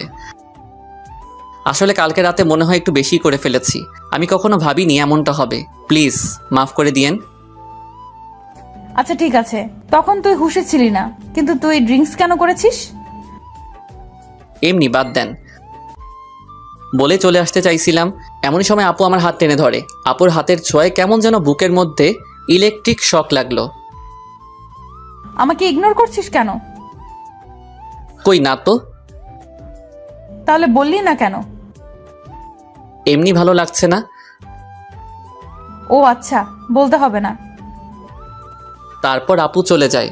সারাদিন আর একবারও কথা বলেনি। তাতে আমার কি, দুজনে দূরে দূরে থাকাই ভালো। কিছুদিন পর আবার শরীরটা অনেক খারাপ হয়ে যায়। এই কয়দিনে তানিশার সাথে দরকার ছাড়া কোনো কথা হয় নাই। তানিশাও দরকার ছাড়া কথা বলেনি। দেখি, সোজা হয়ে শো, আমি তোকে জলপট্টি দিচ্ছি। লাগবে না আমার, আমি ঠিক আছি। লাগবে না মানে? জ্বর তো এখনো কমেনি। তো কি হয়েছে, মরেই তো যাব, তার থেকে তো বেশি কিছু না। এত বেশি কেন বুঝিস সব সময়? আমি বেশি বুঝি, তাতে আপনার কি? আজব তো, এরকম করছিস কেন তুই আমার সাথে? কি করছি? কিছু না, এখন চুপ করে থাক। কিছু আর বললাম না, জানি আরও কিছু বললে হয়তো কষ্ট পাবে, আর কিছু শুনবেও না, তাই শুয়ে থাকলাম। আপু আমাকে জলপট্টি দিয়ে দিল। যতদিন পর্যন্ত সুস্থ হয়নি আমার পাশে থেকেছে, কিন্তু একবারও ভালোভাবে কথা বলেনি। এত যত্ন করিস কিন্তু ভালোবাসি কথাটা বললেও কি হয়? নিজেও কষ্ট পাবে, আমাকেও কষ্ট দিবে। ফাজিল একটা মাইয়া। কিছুদিন পর বলে ও নাকি তাদের বাড়িতে যাবে।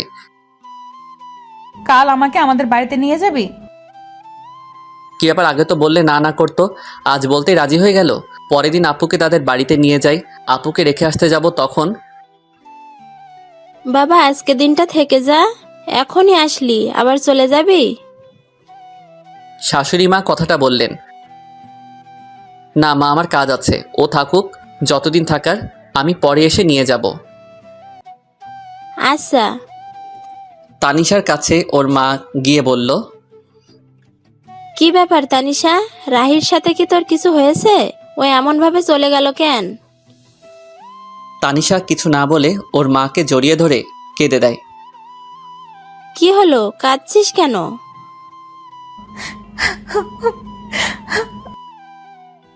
কি হয়েছে পাগলি মেয়ে, এভাবে কাঁদছিস কেন?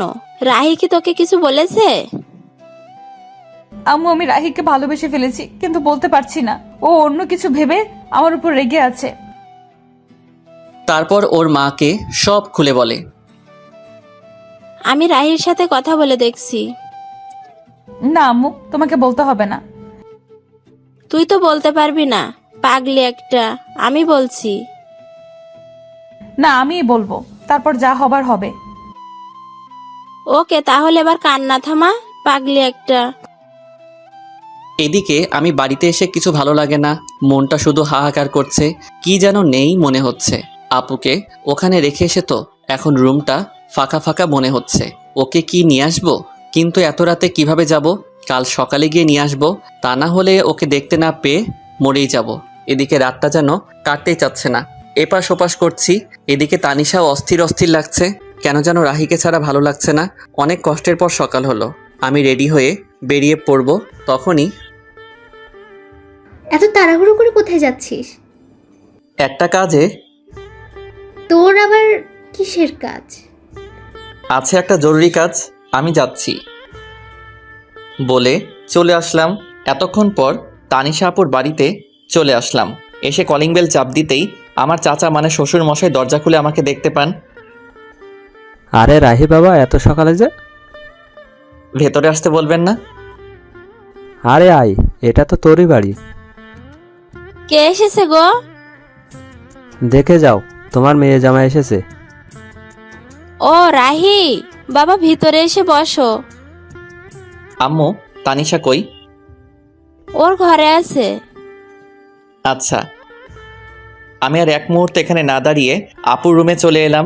এসে দেখি মহারানী মন খারাপ করে শুয়ে আছে। আমি একটু আওয়াজ করলাম, দেখলাম কোনো সারা শব্দ নেই। আপনার কি মন খারাপ? দেখি আমার কথা শুনে আমার দিকে তাকালো, কিন্তু ওকে দেখে মনটা খারাপ হয়ে গেল। মহারানী শুয়ে শুয়ে কান্না করছিল। তুই এখানে এসেছিস কেন? কেন, আমার শ্বশুর বাড়িকে আমি আসতে পারি না? না, আসবি না, চলে যা এখান থেকে। কিন্তু আমি তো চলে যেতে আসিনি, আমি তো আপনাকে সাথে করে নিয়ে যেতে এসেছি। আমি কেন তোর সাথে যাব? আমি নিয়ে যাব তাই। আমি যাব না, তুই চলে যা এখান থেকে। আমি তো যাব না আপনি না গেলে। কেন? আমি তোর কে? আপনি আমাকে চাচাতো বউ। এসেছে বউ বউ করতে, যাব না আমি। তানিশা, বললাম তো যাব না। আমি তোমাকে অনেক ভালোবাসি, নিজের থেকে অনেক বেশি। চলো আমার সাথে। কি বললি? ভালোবাসি। কাকে? তোমাকে। প্রথম দিন কি বলেছিলাম? আমি এত কিছু জানি না, আমি জানি তুমিও আমাকে ভালোবাসো। আমার ভেবে দেখতে হবে। আচ্ছা, কিন্তু বাড়িতে চলো আমার সাথে প্লিজ। কিন্তু আব্বু তো আজকে যেতে দিবে না। সেটা আমি দেখতেছি, চলো। তারপর আমি ওকে নিয়ে চলে আসতে লাগলাম। আরে তোমরা কই যাও? চাচা, বাড়ি যাব। কিন্তু এখনই তো এলে। আমাদের দরকার আছে। ওদের যেতে দাও। তারপর আমি আর তানিশা বাড়ির উদ্দেশ্যে রওনা দিলাম। আজকে এসে আজকেই চলে গেল, বুঝলাম না, তুমি আটকালে না কেন? তারপর চাচি সব খুলে বললেন। এরা পারেও বটে, দেখো এখন সব ঠিক হয়ে যাবে। আমি তানিশাকে বাড়িতে নিয়ে আসলাম। বাড়িতে আসতে আম্মু বলল, কি রে, কালকে দিয়ে আসলি আবার আজকে নিয়ে আসলি? অমনিও থাকতে চাইছিল না তাই। এই জন্যই সকাল সকাল খুব জরুরি কাজ, এইটাই ছিল। আমি আর কথা না বলে তানিশাকে রুমে নিয়ে আসলাম। রুমে আসতে দেখি ও আমার দিকে রাগী লোক নিয়ে তাকিয়ে আছে। আমি ভয়ে বললাম, কি ব্যাপার, অমন করে তাকিয়ে আছেন কেন? আমি থাকতে চাইছিলাম না, তাই না? মানে না। তোর আজকে কি করে দেখ। হয়েছে আপনাদের রোমান্স করা? হঠাৎ কথা শুনে দুজনেই চমকে উঠে যাই। তুই এখানে কিছু বলবি? বলতেই তো আসছিলাম, কিন্তু তোমাদের রোমান্সের মাঝে চলে আসলাম। তেমন কিছু না। ভাইয়া, আমি কানা না, আমি তোর থেকে বেশি দেখতে পাই। কি বলবি বল। আমায় কিছু টাকা দে তো। কত লাগবে? 500। আব্বুর কাছে থেকে নে। না, তুই দে, আব্বু বকা দিবে। পরে এসে নিয়ে যাস। ওকে, তোরা রোমান্স চালিয়ে যা। তোকে আজকে। চুটকি দৌড়ে চলে যায়। তানিশার দিকে তাকিয়ে দেখি লজ্জায় লাল হয়ে আছে। চুটকি কোথায় এত লজ্জা পাবে জানতাম না, তবে এখন আরো বেশি কিউট লাগছে। রাতে খাবার খেয়ে আমি খেতা বালিশ নিয়ে নিচে শুতে যাব, তখন এই, তুই বিছানায় ঘুমা। আর আপনি? আমি বিছানায় ঘুমাবো। মানে আপনি আমার সাথে ঘুমাবেন? বেশি খুশি হইস না, মাঝখানে এই বালিশ থাকবে, বালিশের এই পাশে একদম আসবি না। না হলে? তোর খবর আছে। বেডি কয় কি, বউয়ের কাছে নাকি যেতে পারবো না? কি কপাল আমার। কিছু বলছিস? না। এখন ভালো ছেলের মতো ঘুমা। আমিও ঘুমিয়ে পড়ি। মাঝরাতে হঠাৎ ঘুম ভেঙে যায়। উঠতে যাব, তখনই ভারী কিছু অনুভব করলাম। তাকিয়ে দেখি আমার বুকের উপর শুয়ে আছে আপু। আমার অনেক ভালো লাগছিল, ইচ্ছে হয়েছিল সারা জীবন এভাবে ডাকতে। আমি আর উঠলাম না, যদি ওর ঘুম ভেঙে যায়। এভাবে বুকের উপর আপুকে জড়িয়ে ধরে আমিও ঘুমিয়ে পড়লাম। সকালে আমার আগেই আপুর ঘুম ভেঙে যায়, দেখে আমি ওকে, ও আমাকে জড়িয়ে ধরে আছি। ও উঠার চেষ্টা করতেই আমি আরও জোরে জড়িয়ে ধরি।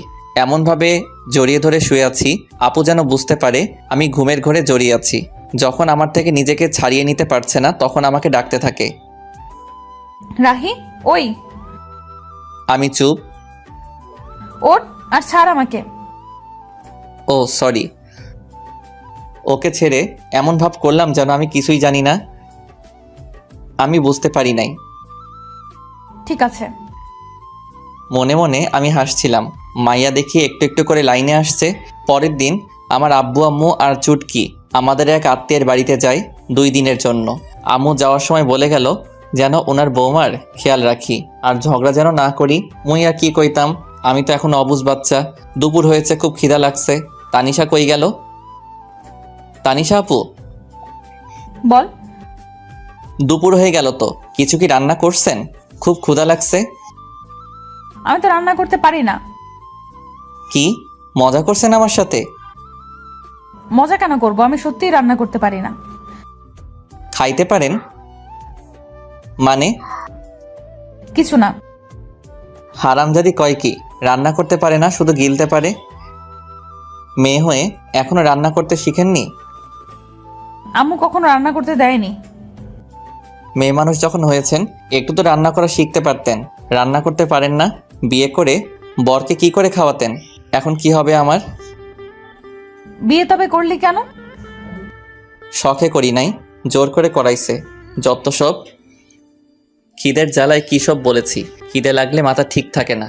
আমি গিয়ে হোটেল থেকে খাবার এনে খেয়ে নেই। পরে মনে হলো তানিশাও কিছু খাই নাই, তাই খাবারগুলো নিয়ে ঘরে গেলাম। এই নেন, খাবারগুলো খেয়ে নেন। আমার মাথা ব্যথা করছে, আমি নিচে ঘুমাচ্ছি, আপনি খাবার খেয়ে নিয়েন। তারপর আমি গিয়ে ড্রয়িং রুমে ঘুমিয়ে পড়লাম। ঘুম ভাঙলে দেখি সন্ধ্যা নামবে। তানিশাকে ডাকতে রুমে যাই, গিয়ে দেখি খাবারগুলো যেমন রেখেছিলাম তেমনই আছে। তানিশা গেল কোথায়? সারা বাড়ি খুঁজে পেলাম না, তাই ছাদে গেলাম। গিয়ে দেখি মহারানী ছাদে দাঁড়িয়ে আছে। আমি গিয়ে ডাক দিতেই চোখ মুছে আমার দিকে তাকালো। বুঝলাম আমার কথায় অনেক কষ্ট পেয়েছে। খিদের জ্বালায় তখন আমার মাথা ঠিক ছিল না। আমার হয়তো এমনভাবে বলা ঠিক হয় নাই। এখনো খাবার খান নাই কেন? এমনি ভালো লাগছিল না। সরি, আমি আপনাকে সেভাবে বলতে চাইনি। প্লিজ আমাকে মাফ করে দিয়েন। না, সরি কেন বলছিস? তুই তো ঠিকই বলছিস। না, আমি ঠিক বলিনি। সরি, আমার উপর রাগ করে থাকবেন না। আচ্ছা, রাগ করে নাই। সত্যি? সত্যি। তাহলে চলুন, এখন খাবেন। এখন? সারাদিন তো কিছুই খান নাই। তারপর আমি ওকে জোর করে এনে খাওয়ার জন্য বসিয়ে দিলাম। ও খাচ্ছিল, আমি চেয়ে চেয়ে দেখছিলাম। কি ব্যাপার, এমন করে আমার খাওয়া কি দেখছিস? কই না তো। আমি দেখছি তুই আমার খাওয়া দেখছিলি। দেখছি তো, কি হয়েছে? কেন, আমার নজর লাগবে না বুঝি? আমি আমার বউয়ের খাওয়া দেখছি, তাতে আপনার কি? কে তোর বউ? কেন কি বললি? কে তোর বউ? আপনি খান, আমি আসছি। এখন আবার কই যাস? রাতের খাবার আনতে। আপনি তো আর রান্না করতে পারবেন না। পরের দিন এভাবেই চলে গেল। তার পরের দিন বাড়িতে সবাই এলো। এইদিকে মনে মনে আমি একটা প্ল্যান করতে থাকি। পরের দিন সকালে ঘুম থেকে উঠে দেখি তানিশা আমাকে আজকেও জড়িয়ে ধরে আছে। আমিও উঠি না, কারণ এই সময়টা আমার কাছে খুব ভালো লাগে। সারা দিনে ওর এতটাই কাছে আসতে পারি, এটাই আমার জীবনের অনেক কিছু। সারা জীবন আমি ওকে আমার বুকের মধ্যে জায়গা দিতে চাই, যেন কখনো সে হারিয়ে না যায়। আজকে তানিশা ওর ফ্রেন্ডদের সাথে দেখা করতে গেছে। তোর কিছু ভালো লাগছে না। এর মাঝে আমার ফোনটা বেজে উঠল। ফোন হাতে নিয়ে দেখি এক বড় ভাইয়ের ফোন। ফোন রিসিভ করলাম। রাহি বলছো? হ্যাঁ ফয়সাল ভাই, বলেন। তুই চাকরির কথা বলেছিস না? ভাই, বলেছিলাম। আমার এক আঙ্কেলের অফিসে তোর চাকরির ব্যবস্থা করেছি, তুই এই ঠিকানায় আয়। ভাই, আমি আসছি। ফয়সাল ভাইয়ের দেওয়া ঠিকানায় আমি চলে গেলাম। তারপর ওনার সাথে দেখা করলাম, কাজ হয়ে গেল। আমিও চলে আসি। রাস্তা দিয়ে হাঁটছিলাম, হঠাৎ তানিশার মতো কাউকে দেখতে পেলাম।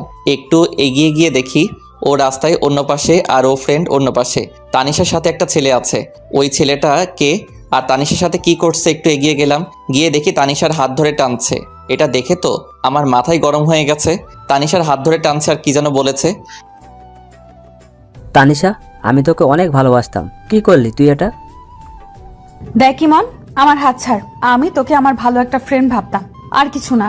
আর আমার বিয়ে হয়ে গেছে, তুই তো জানিসই সব। কি আছে ওই রাহির মধ্যে যা আমার মাঝে নাই? সেটা তুই নিজেকে জিজ্ঞেস কর। হাত ছাড় আমার। ঠিক আছে, এক রাতের জন্য হলেও তো তুই আমার হবি। বিশ্বাস কর, তোকে এক রাত নিজের করে পাওয়ার জন্য অনেক অপেক্ষা করেছি আমি। এমনিতেই মাথাটা গরম ছিল, তার উপর এমন কথা শুনে নিজেকে আর কন্ট্রোল করতে পারলাম না। সোজা গিয়ে ছেলেটার মুখে একটা ঘুষি দিলাম। এতে ছেলেটা কিছুটা দূরে সরে গেল। আমাকে দেখে আপু অবাক হয়ে তাকিয়ে আছে। তারপর আমি ছেলেটাকে ইচ্ছে মতো মারলাম। তানিশা আমাকে আটকাতে চেষ্টা করছে। আমি ছুটে গিয়ে তাকে অনেক মেরেছি। আমার তানিশাকে স্পর্শ করেছে, আজকে মেরেই ফেলবো। এমন সময় আশেপাশে মানুষ জড়ো হয়ে যায়। আমি তানিশার হাত ধরে বাড়িতে নিয়ে আসি। তানিশার উপর প্রচুর রাগ হচ্ছে, কিন্তু কিছু বললাম না। তানিশাও বুঝতে পারছে আমি অনেক রেগে, আমি তাই আর কিছু বললাম না। রাতে আম্মু খাবার খাওয়ার জন্য ডাকছে, আমি খাবো না বলে দিছি। তানিশাও একবার ডাকলো খাবার জন্য, আমি না করে দিছি। তুই কি আমার উপর রাগ করে আছিস? বল না। আমি তোকে কিছু জিজ্ঞেস করেছি। কি জানতে চান? আমি রেগে আছি কি না? হ্যাঁ, আমি রেগেই আছি। আমার বউয়ের হাত ধরে টানাটানি করবে, আজে বাজে কথা বলবে, রাগ হবে না তো কি হবে? কেন গিয়েছিলে তাদের সাথে দেখা করতে? সরি, আমার ভুল হয়ে গেছে, রাগ করিস না। আমি জানতাম না এমন হবে। আপনি আরো অনেক কিছুই জানেন না। কি? কিছু না। তাহলে রেগে থাকিস না প্লিজ। আমার দিকে তাকিয়ে একটু হাসি দে। আমি আর কি রাগ করে থাকবো? ওর মায়াবী চেহারা দেখলেই সবকিছু ভুলে যাই।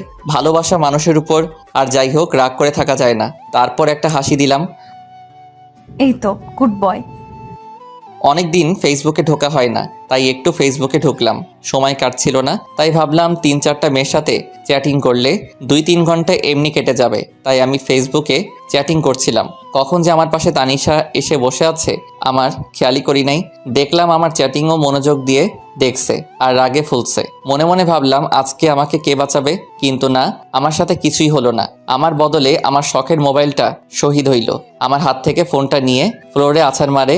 এতে করে আমার ফোনের বডি, কলিজা, হার্টবিট সব আলাদা হয়ে যায়। বেচারা আমার জন্য বিনা আন্দোলনে শহীদ হইল। আমার এত শখের মোবাইলটা হারামজাদি ভেঙে ফেললো। পরের দিন আমার অফিসে জয়েনিং ডেট ছিল। সকালে ঘুম থেকে উঠে আমি জরুরি কাগজপত্র নিয়ে বেরিয়ে পড়লাম। রাহি, কোথায় যাস? আম্মু আজকে একটা চাকরির ইন্টারভিউ আছে। ওকে, ভালো করে ইন্টারভিউ দিস। ওকে আম্মু। আম্মু কাছ থেকে বিদায় নিয়ে অফিসে এসে বসে আছি। এক পিয়ন এসে আমাকে ডাক দিল। মিস্টার রাহি, স্যার আপনাকে ভেতরে ডাকছেন। আমি ভিতরে যাই। May I come in sir? Yes come in. তুমি রাহি, তাই না? জি স্যার। কাল আমাকে ফয়সাল সব বলেছিল তোমার কথা। তোমার ফাইলগুলো আমাকে দাও। এই নেন। মিস্টার সাব্বির, ওনাকে ওনার কেবিন দেখিয়ে দিন। ওনার পিয়ন কে বললেন? আসুন আমার সাথে। চলুন। উনি আমাকে কেবিন দেখিয়ে চলে গেল। আমি কিছুক্ষণ বসেছিলাম, তারপর স্যার ডাকলো। স্যার, আমার চাকরি হয়ে যাবে তো?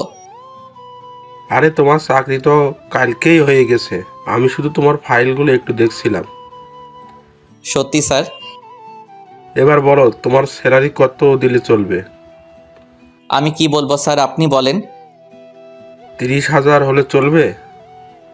আপনি যা ভালো বোঝেন স্যার। ফয়সাল আমার ছেলের মতো, তাই তুমি কোনো চিন্তা করো না। আজ থেকে তুমি এই কোম্পানির ম্যানেজার, ওকে? ধন্যবাদ স্যার। তারপর আমি অফিস থেকে চলে আসি। আজকে আমার অনেক খুশি লাগছে। হঠাৎ মনে পড়লো আজকে তো তানিশার জন্মদিন, ওকে আজকে সারপ্রাইজ দিতে হবে। বাড়ি আসার সময় সব জিনিসপত্র নিয়ে এলাম, আর সবার জন্য মিষ্টিও নিয়ে এলাম। আম্মু দরজা খুলে দিতেই আম্মুকে মিষ্টি খাওয়ালাম। মিষ্টি কি জন্য? আম্মু, আমার নতুন চাকরি হয়ে গেছে। এটা তো খুব ভালো কথা, তোর আব্বু শুনলে অনেক খুশি হবে। আম্মু, চুটকি কই? কি ব্যাপার, আজকে তানিশাকে না খুঁজে তাসনিয়াকে? আম্মু তুমি না? ওর ঘরে আছে। আমি গিয়ে চুটকির সাথে দেখা করলাম, তারপর রুমে চলে এলাম। তানিশাকে বললাম আমার সাথে একটু আসতে। কোথায় যাব? আমার সাথে চলুন না। তারপর আমি ওকে ছাদে নিয়ে গেলাম। ছাদে যাওয়ার আগেই আমি ওর চোখ বন্ধ করে নিলাম। কি করিস? চুপ। আমি ছাদে নিয়ে গিয়ে চোখ ছেড়ে দেই। তানিশা চোখ খুলে অবাক হয়ে যায়। ছাদের মধ্যে মোমবাতি দিয়ে লেখা happy birthday to you Tanisha. আমি ওর সামনে হাঁটু গেড়ে বসে বললাম happy birthday Tanisha. Thank you so much. I love you Tanisha, I really love you. এই বলে আমি তানিশার হাতে আংটি পরিয়ে দেই, কিন্তু এর মধ্যে তানিশার কোনো রিয়াকশন নেই। আমি অবাক হয়ে যাই। কিছু বলছো না যে? আমি কি তোমার ভালোবাসার যোগ্য না? সেটা না। আজকে যদি তুমি কিছু একটা না বলো তাহলে আমি বলি চাকু নিয়ে হাতে ধরি। কি করছিস কি? আজকে যদি ভালোবাসার কথা না বলো তাহলে আজকে আমি হাত কেটে ফেলবো, আর এই জীবন রাখতে চাই না। বলেই চাকু দিয়ে হাতে টান দিতেই যাব, তখন তানিশা দৌড়ে এসে চাকু ফেলে দিয়ে জড়িয়ে ধরে কান্না করতে করতে কি করছিস তুই? তোর কিছু হলে আমার কি হবে? কেন, তুমি তো আমাকে ভালোবাসো না? কে বলছে? অনেক ভালোবাসি তোকে। তাহলে বলনি কেন আগে? এমনি। তুই কখনো বলেছিস? বলেছি। ভালো করছিস। ভালোবাসি। জানি তো। অনেকক্ষণ তানিশা আর আমি একে অপরকে জড়িয়ে ধরে থাকি। কেকটা কাটো। তোর মনে ছিল? আমার একমাত্র বউয়ের জন্মদিন আমার মনে থাকবে না? হয়েছে হয়েছে, আর পাম মারতে হবে না। তারপর আমি আর তানিশা মিলে কেকটা কাটি। আমি ওকে খাইয়ে দেই আর ও আমাকে খাইয়ে দেয়। এই মুহূর্তটা আমার কাছে মনে হলো নতুন অনুভূতি। এতদিন পর আজকে আমার খুশি লাগছে। অনেক রাত হয়েছে, চলো এখন। এমন ভাবে যাব না। তাহলে? আমি হেঁটে যেতে পারবো না। তাহলে কিভাবে যাবেন? বুঝতে পারছিলাম ও আমার খুলে উঠে যাওয়া কথা বলছে, তার জন্য এমন করে বলেছে। আমি না বোঝার ভান করলাম। সব কথা কি মুখে বলতে হয়? বুঝতে পারছি। বলি তানিশাকে খুলে তুলে নিলাম, আমার গলা জড়িয়ে ধরলো। আমি ছাদ থেকে ওকে রুমে নিয়ে আসলাম। রুমে এসে তো তানিশা অবাক হয়ে যায়। রুমটা এত সুন্দর করে কে সাজালো? তানিশার পছন্দ সব ফুল দিয়ে সাজানো। পছন্দ হয়েছে? অনেক। কে করলো এসব? সেটা না হয় পরে জানবে। ওকে। তারপর আমি দরজা লাগিয়ে তানিশাকে বিছানায় ফেলে দেই। আমি তানিশার উপরে উঠে ওকে দেখতে থাকি। তানিশা আমাকে ধাক্কা দেয়, কিন্তু লাভ হয় না। আমি ওর কাছে যেতেই তানিশা লজ্জায় চোখ বন্ধ করে নেয়। আমি ওর গোলাপি ঠোঁটে কিস করতেই ও কেঁপে ওঠে। আমি আস্তে আস্তে ওর ঠোঁটে কিস করতে করতে গলায় কিস করি। এরপর তানিশা নিজেই আমার উপর ঠোঁটে কিস করতে শুরু করে। তারপর আমার দুজনেই হারিয়ে যায় ভালোবাসার অতল সাগরে। সকালে আমার আগেই তানিশার ঘুমটা ভেঙে যায়। তানিশা দেখে আজকেও আমার বুকের উপর শুয়ে আছে। তানিশার কাছে আজকে সকালটা একদম অন্যরকম। অনেক খুশি খুশি লাগছে, কিন্তু কাল রাতের কথা মনে পড়তেই কিছুটা লজ্জা পাই। তাকিয়ে দেখে এখনো রাহি ঘুমিয়ে আছে। তাই রাহির কপালে আলতো করে একটা কিস দেয়। এতে রাহি তানিশাকে আরো শক্ত করে জড়িয়ে ধরে। তানিশা বুঝতে পারে রাহি জেগে আছে এখনো, তাই রাহির কাছ থেকে ছাড়ার জন্য চেষ্টা করে, কিন্তু পারে না। রাহি আরো শক্ত করে জড়িয়ে ধরে কিস দেয়। কি মশাই, সারা রাত তো ঘুমাতে দেন নাই, এখন আবার কি? এখন ওইটা? একদম না। সারা রাত আদর করে শখ মেটেনি। না, এখন একটু। No mister. ওকে একটা কিস তো দিবা? ওকে, চোখ বন্ধ করো। কেন? এখন আবার লজ্জা কি? চোখ বন্ধ করতে বলছি, বন্ধ করো। ওকে। আমি চোখ বন্ধ করলাম। একটু পর তানিশা ওর ঠোঁটে আমার ঠোঁটের সাথে এক করে দিল। বাহ, সকাল সকাল এমন মিষ্টিকে ঘুম ভাঙলে লাইফটাই সুন্দর হয়ে যেত। তারপর তানিশা গোসল করতে চলে যায়। আমি শুয়ে রইলাম। তানিশা গোসল করে এসে দেখে আমি এখনো ঘুমিয়ে আছি। কি ব্যাপার, উঠবে না নাকি সারাদিন শুয়ে থাকবে? এই শোনো। তানিশা চুল মুছতে মুছতে আমার কাছে আসতেই আমি টান দিয়ে আমার কাছে নিয়ে আসি। এতে ওর ভিজা চুল আমার মুখের উপরে পড়ে। চুল থেকে এত সুন্দর সুগন্ধি আসছিল, সেটা মনে হয় সব পারফিউমকে হার মানাবে। তানিশা আমাকে মুখের উপর থেকে চুলগুলো সরিয়ে নেয়, মেজাজটা খারাপ করে দিল। কত সুন্দর লাগছিল, দিল তো 12টা বাজিয়ে। কি হলো এটা? তুমি তো আমাকে তোমার উপর ফেলে দিলে। চুলগুলো কেন সরালে? কত ভালো লাগছিল। আমি জানি না কি মাথা মোটা। কি বললে? কিছু না। আজকে তোমাকে এত সুন্দর লাগছে কেন? আগে সুন্দর লাগতো না বুঝি? আগে লাগতো, কিন্তু তার থেকে বেশি এখন লাগছে। মন চাচ্ছে সারাদিন আজকে তোমাকে আদর করি। চুপ বদমাইশ। এবার ছাড়ো, অনেক দেরি হয়ে যাচ্ছে, বাইরে যেতে হবে। ওকে। তানিশা চলে যায়, আমিও ঘুম থেকে উঠে ফ্রেশ হতে যাই। তানিশা কিচেনে আম্মুর কাছে গিয়েছে রান্না শিখতে। তুই এখানে কেন এলি? আমাকে তো কোনো কাজই করতে দাও না, তোমার একটু হেল্প করি। কি ব্যাপার, তুমি এইভাবে হাসতেছো কেন? তোকে কাজ করতে হবে না, রাহির কাছে যা। যাচ্ছি, তবে হাসছো কেন বলবে তো? তারপর তানিশা চলে যায় আমার কাছে। কি ব্যাপার ম্যাডাম? আম্মু আমাকে দেখে বারবার এভাবে হাসছে কেন? কি বলো? হ্যাঁ বললাম, হাসছো কেন? বলে কিছু না, তোমার কাছে যেতে বলেছে। আমি ওর দিকে একটু ভালো করে তাকিয়ে হাত ধরে ঘরে নিয়ে আসলাম। কি হলো, এইভাবে নিয়ে আসলে কেন? এই দেখো। আমি আয়নার কাছে ওকে দাঁড় করিয়ে গলায় আর ঘাড়ে দেখালাম। ও আল্লাহ, এসব দাগ! তুমি এসব না দেখে গিয়েছিলে কেন? আমি বুঝি নাই। সরি, কাল রাত হয়তো অনেক ব্যথা লেগেছে তোমার। আমার এমন করা ঠিক হয়নি। তোমার ভালোবাসার কাছে কখন যে ব্যথা লেগেছে বুঝতেই পারি নাই। আমি সকালে নাস্তা করে অফিসে চলে গেলাম। আজকে প্রথম দিন, তাই লেট করলাম না। আমি অফিসে চলে আসায় তানিশার ভালো লাগছিল না, তাই ও চুটকির কাছে যায়। কি ব্যাপার ভাবি, আজকে তুমি এত সকালে উঠেছো? রোজই তো উঠি। আমি তো ভাবছি আজকে সারাদিন ঘুমাবে। কেন? কালকে রাতে এত কিছু করলাম তোমাদের জন্য, আমি তো ভাবছি আজকে সারাদিন তুমি ঘুমাবে। কি তার মানে তুই ঘরটা সাজাইছিলি? জি, আর আমি জানতাম তোমাকে ভাই সারপ্রাইজ দিবে। আগে থেকেই সব জানতি, আমাকে বললি না? শয়তান্নি। বললে ভাই আর কি হতো?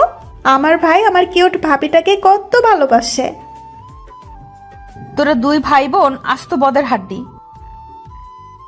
আমার কিউট ভাবি। কি ব্যাপার, এত তেল মারছিস কেন? কিছু না। দুপুরের দিকে ভাবলাম তানিশাকে একটা ফোন দেই, খেয়েছে কিনা, কিন্তু পরক্ষণে মনে হলো আমার ফোন তো বিনা আন্দোলনে শহীদ হয়েছে। ফোনটা আর দেওয়া হলো না। ভাবলাম তানিশার হাতের ফোনটা নষ্ট, একটা কিনে দিতে হবে। বিকেলে বাড়িতে আসার সময় তানিশার জন্য আইসক্রিম আর চুটকির জন্য চকলেট নিয়ে আসলাম। দরজায় কলিং বেল দিতেই তানিশা এসে দরজা খুলে দিল। আইসক্রিমটা ওর হাতে দিলাম আর চকলেট চুটকিকে দেওয়ার জন্য বললাম। রাতে খাবার খেয়ে রুমে এসে বসে আছি, দেখি একটু পর তানিশা আসলো, এসে আমার পাশে বসলো। আমি ওর কাঁধে হাত রাখতেই সরিয়ে দিল, আবার হাত দিতে আবারও সরিয়ে দিল। কি ব্যাপার ম্যাডাম, আজকে এত রেগে আছেন যে? কালকে সব প্ল্যান চুটকি জানতো, তাই না? না মানে হ্যাঁ, ভয়ে। পিচ্চি মেয়েটাকে নিজের মতো করে তৈরি করছো? ও পিচ্ছি, এখনই সব বুঝে। তার মানে কিছু না বাবু। এই একদম আমাকে বাবু বলবি না, আমি কারো বাবু নয়। আরে সোনা, রাগ করছো কেন? নিজের করে পেতে একটু হেল্প করছে। এবার একটু কাছে আসো, আদর করি বলে জড়িয়ে ধরে কিস দিলাম। এবার হয়েছে তো, ছাড়ো আমায়, এখনো মন ভরে নাই। মন ভরে নাই, আরেকটা দিলে ভালো হতো। একটা কেন, 1000টা দিবা, তবে একটা শর্ত আছে। সেটা মানতে হবে। আগে বলো রাখবে, আমার কথা ঠান্ডা মাথায় জবাব দিবে। দিব, বলো। অফিসে কি কোনো মেয়ে আছে? তাদের সাথে কি তুমি কথা বলো? তানিশার কথা শুনে রাহি তো রাগে আগুন, কিন্তু কথা দেওয়ার কারণে ঠান্ডা মাথায় জবাব দিল, দেখো, অফিসে মেয়ে মানুষ থাকবে এটা স্বাভাবিক, কিন্তু তাদের সাথে প্রয়োজন ছাড়া কথা বলি না। তাদের সাথে কি হেসে হেসে কথা বলো? যদি বলো এখন থেকে আর বলবে না, কেমন? ঠিক আছে, কিন্তু তারা যদি বলে? বলবে এসব ঠিক নয়, আর বেশি বললে বলবে বউ বারণ করছে। কিন্তু অফিসে সবাই তো জানে আমি এখনো বিয়ে করিনি। কি? ওই হারামজাদা, তুই আমাকে বিয়ে করিস নাই, আদর করিস নাই, তারপরও কেন বলিস নাই তোর বিয়ে হয়েছে? এখন বুঝেছি, আমায় রেখে তুই অন্য মেয়েদের সাথে প্রেম করে বেড়াস। ছি ছি, তুই এত খারাপ। আরে কি বলো, কার সাথে প্রেম করতে যাব? আর কেনই বা করব, ঘরে এত সুন্দর বউ থাকতে। তুমি সত্যি অন্য মেয়েদের সাথে প্রেম করো না? না রে বাবা, সত্যি কারোর সাথে প্রেম করি না। আর তুমি এতদিনে এই চিনলে আমাকে? কাল অফিসে গিয়ে সবাইকে বলে দিবে তোমার বিয়ে হয়েছে। আর যদি না বলো তাহলে তোমার সাথে কখনো কথা বলবো না, তোমাকে আদর করব না, বলে দিলাম কিন্তু। বলবো। এই তো আমার লক্ষ্মী জামাই। সকালে। এই তুমি ওঠো, সকাল হয়েছে, অফিসে যেতে হবে না? উঠছি। উঠছি মানে? তাড়াতাড়ি ওঠো, না হলে পানি ঢেলে দিব। এই যে উঠে পড়েছি, আর আমি আগেই টের পেয়েছি, কিন্তু ইচ্ছে করে উঠিনি। কেন কেন? দেখলাম আমার বউটা ঠিকঠাক কাজ করতে পারে কিনা। ভালো করেছেন জনাব। এখন গিয়ে ফ্রেশ হয়ে নিন, আমি নাস্তা রেডি করছি। আমি ফ্রেশ হয়ে নাস্তা করে নিলাম। এই যে কাল কি বলেছিলাম সব মনে আছে তো? সব মনে আছে। আরেকটি কথা মনে করেও করতে পারছি না, মনে মনে ভাবছি। কি হলো, এইভাবে দাঁড়িয়ে আছো যে? অফিস যাবে না? তো কি করব, তুমি যেতে দিলে কই? আমি আবার কি করলাম? তোমাকে টেনে ধরেছি নাকি? ধরেছে, ওই তো এখন একটা কিস দিয়েছো না বলেছো? ও, আমি তো ভুলেই গেছিলাম। তার জন্য বুঝি আমার বরটা রাগ করে দাঁড়িয়ে আছে। দাঁড়াও, দিচ্ছি। আহ, কিন্তু এখন আর রাগ হচ্ছে না। আমি তানিশার কাছে থেকে বিদায় নিয়ে অফিসে চলে এলাম। আজ একটু খুশি খুশি লাগছে। তানিশার কথা ভাবছিলাম, হঠাৎ কারো আসার শব্দ শুনে আমি চমকে উঠলাম। স্যার, এসে বিরক্ত করলাম না তো? না, কি জন্য এসেছেন বলুন? এমনি এসেছি স্যার, আসলে আজকে আপনাকে অন্যরকম লাগছে। ও আচ্ছা, না আমি ঠিক আছি, আপনি এবার আসুন। Okay sir. তখন পি আসলো।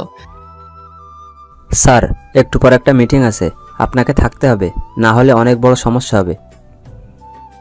এখন তো আমি চলে যাব, আপনারা সবাই থাকুন। না স্যার, আপনাকে থাকতেই হবে। কিন্তু আমি তো। না স্যার, আপনাকে থাকতেই হবে, অনেক বড় সমস্যা। ঠিক আছে, সবাইকে বসতে বলুন, আমি আসছি। আমার এখন বাড়িতে যাওয়ার সময়, কিন্তু আজ একটা মিটিং থাকার কারণে কোনো উপায় না পেয়ে থাকতে হলো। মিটিংয়ে থাকাটা অনেক বড় জরুরি। মিস্টার রাব্বি, ফাইলগুলো আপনি সব ভালো করে দেখে নিয়েছেন তো?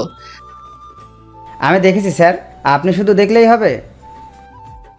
আমি ফাইলগুলো দেখছিলাম, তখন আমার ফোনটা বেজে উঠল। একটু ব্যস্ত থাকার কারণে ফোনের দিকে নজর দিলাম না। মিস্টার রাব্বি, সব ঠিক আছে? ওনাদেরকে সামনের সপ্তাহে আসার জন্য আমন্ত্রণ করেন। আমার ফোনটা আবারও বাজতে শুরু করলো। স্যার, আপনার ফোন বাজছে। দেখছি, একটু ওয়েট করেন। আমি সেখান থেকে সরে এসে ফোনটা হাতে নিল। ফোনটা রিসিভ করতেই, কি ব্যাপার? কখন থেকে তোমাকে ফোন করে যাচ্ছি, তুমি ফোন রিসিভ করলে না কেন? আর কোথায় তুমি? অফিসে। আর তোমার বোঝা উচিত হয়তো কোনো কাজে আটকে গিয়েছি, বিধায় ফোনটা রিসিভ করিনি। তারপরেও কেন বিরক্ত করে যাচ্ছ? অফিসে মানে? অফিস টাইম তো অনেক আগেই শেষ হয়ে গেছে। তার মানে তুমি অন্য মেয়েদের সাথে আড্ডা দিচ্ছ? যা ভেবেছিলাম তাই হলো। এখন কিন্তু অনেক বাড়াবাড়ি হয়ে যাচ্ছে। ফোন রাখছি আমি, এখন ব্যস্ত আছি। বলেই ফোনটা কেটে দিলাম। এভাবে রেগে কথা বলা আর হুট করে ফোন রেখে দেওয়ায় তানিশার একটু সন্দেহ হলো আর মনে মনে ভাবছে, তাহলে কি রাহি আমাকে ধোকা দিচ্ছে? না, এর শিকড় আমাকে টেনে বের করতেই হবে।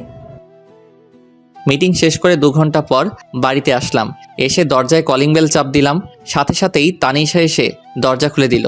এতক্ষণ নিশ্চয়ই পথের দিকে চেয়েছিল। তখন বলতে লাগলো, এই ছেলে, কি পেয়েছিস কি? ঘরে বউ রেখে অন্য মেয়েদের সাথে মেলামেশা করবি, আর বাড়িতে এসে এমন ভাব করবি যেন এখন অফিস থেকে এসেছিস। তানিশা এখন কিন্তু একটু বাড়াবাড়ি হয়ে যাচ্ছে। আমি বাড়াবাড়িই করছি, সত্যি বললাম তো, তাই শুনতে খারাপ লাগছে। আমি নিজের রাগ কন্ট্রোল করতে না পেরে নিজের গালে নিজেই 2টা থাপ্পড় মারি। এমনিতেই আজকে কাজের অনেক ধকল গেছে, তার উপর বাড়িতে আসতে না আসতে কী সব শুরু করে দিয়েছ। আমি তোমাকে আগেই বলেছি আমার কোনো মেয়ের সাথে মেলামেশা নেই। আগে যাই একটু কথা বলতাম, এখন তাও বলি না, কারণ তুমি আছো, তোমাকে নিয়েই ভাবতে চাই। তাহলে আজ এত লেট করলি কেন? ফোন করলাম, কথা না বলে কেটে দিলি। নিশ্চয়ই তখন পাশে কোনো মেয়ে ছিল। ছিল, তবে কোনো বাজে মেয়ে ছিল না। তাহলে কেন বললি না? কাজে আটকে গিয়েছিলাম, তার উপর একটা মিটিং ছিল। সরি, আগে বলনি কেন? তাহলে তো এত বাজেভাবে বকা দিতাম না। আমার বুকের উপর ঠুস করে মাথা রেখে কথাগুলো বলল। আমাকে বলার সুযোগ দিয়েছো তুমি? সরি বাবা, এবার ফ্রেশ হতে যাও। রাতে খাবার খেয়ে যে যার মতো রুমে চলে গেল। আমি রুমে এসে অভিমান করে বসে আছি। কি হলো? এভাবে মুখ গোমড়া করে বসে আছো কেন? কি হলো আমার পাগলটার? কি হলো? এভাবে মুখ গোমড়া করে বসে আছো কেন? কথা না বললে কিন্তু আমি অন্য রুমে চলে যাব বলে দিলাম। যাও না কেন, আটকে রেখেছে? তুমি এখনো আমার উপর রেগে আছো? এই যে কান ধরছে, আর কখনো এমন হবে না। সরি বাবু।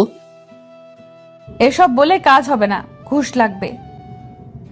ঘুষ দেওয়া এবং নেওয়া আমি পছন্দ করি না। তানিশা বুঝতে পারছে আমি কিসের নেশায় ধরেছে, তাই একটু দুষ্টুমি করে বলল, তুমি পছন্দ করতে হবে না, আমি পছন্দ করি, তাই আমি ঘুষ নিব। আমি না দিলে তুমি কিভাবে নিবে? না দিলে জোর করে আদায় করে নিব। বলি তানিশার দিকে এগোচ্ছি আর তানিশা পিছনে যাচ্ছে। একদম কাছে আসবে না, আসলে কি করব? খারাপ হয়ে যাবে কিন্তু। খারাপটাই তো দেখতে চাই। এই বলে আমি তানিশার কাছে গিয়ে গলায় কিস করে আস্তে আস্তে ঘাড়ে চুমু দিচ্ছিলাম। এরপর দুজনের নিঃশ্বাস ঘন হয়ে যায়। এরপর আমি তানিশাকে কোলে করে নিয়ে বিছানায় ফেলে দেই। অনেক খুনসুটি দুষ্টামি করে দুজনেই ঘুমিয়ে পড়ি। আজকে একটু বেলা হয়ে গেছে, কারো ওঠার নামগন্ধ নেই। তখন আম্মু ডাক দিল। কি হয়েছে রাহি? অনেক বেলা হয়ে গেছে, এখনো উঠছিস না? অফিসে দেরি হয়ে যাচ্ছে তো। আম্মু একটু ঘুমাই। আর ঘুমাতে হবে না, আর ঘুমালে তোমার অফিসে যাওয়া হবে না। আচ্ছা, উঠছি। তারপর আমি ফ্রেশ হয়ে নাস্তা করে অফিসে চলে এলাম। দেখি রাব্বি আমার কেবিনে বসে আছে। কি ব্যাপার? কিছু না স্যার, অন্য দিনের তুলনায় আজকে একটু লেট হয়েছে। আচ্ছা যাও, কাজ করো গিয়ে। রাব্বি চলে গেল। আমি কেবিনে বসে কাজ করছিলাম, তখন আমার ফোনটা কান্না করে উঠল। ফোনটা হাতে নিয়ে দেখি অচেনা নম্বর। খুব বিজি, আমাকে একটু সময় দিতে পারো না? আপনি কোথাও ভুল করছেন, আমি আপনাকে চিনি না, আর নাম্বারটাও কোনোদিন দেখিনি। ও, এখন তো মনে থাকবেই না। বিয়ের আগে কত কিছু করেছো, বিয়ে করার সাথে সাথে সব শেষ। আপনি কে বলুন তো? বলবো না। ওকে বাই, আমি ফোন রেখে দিলাম।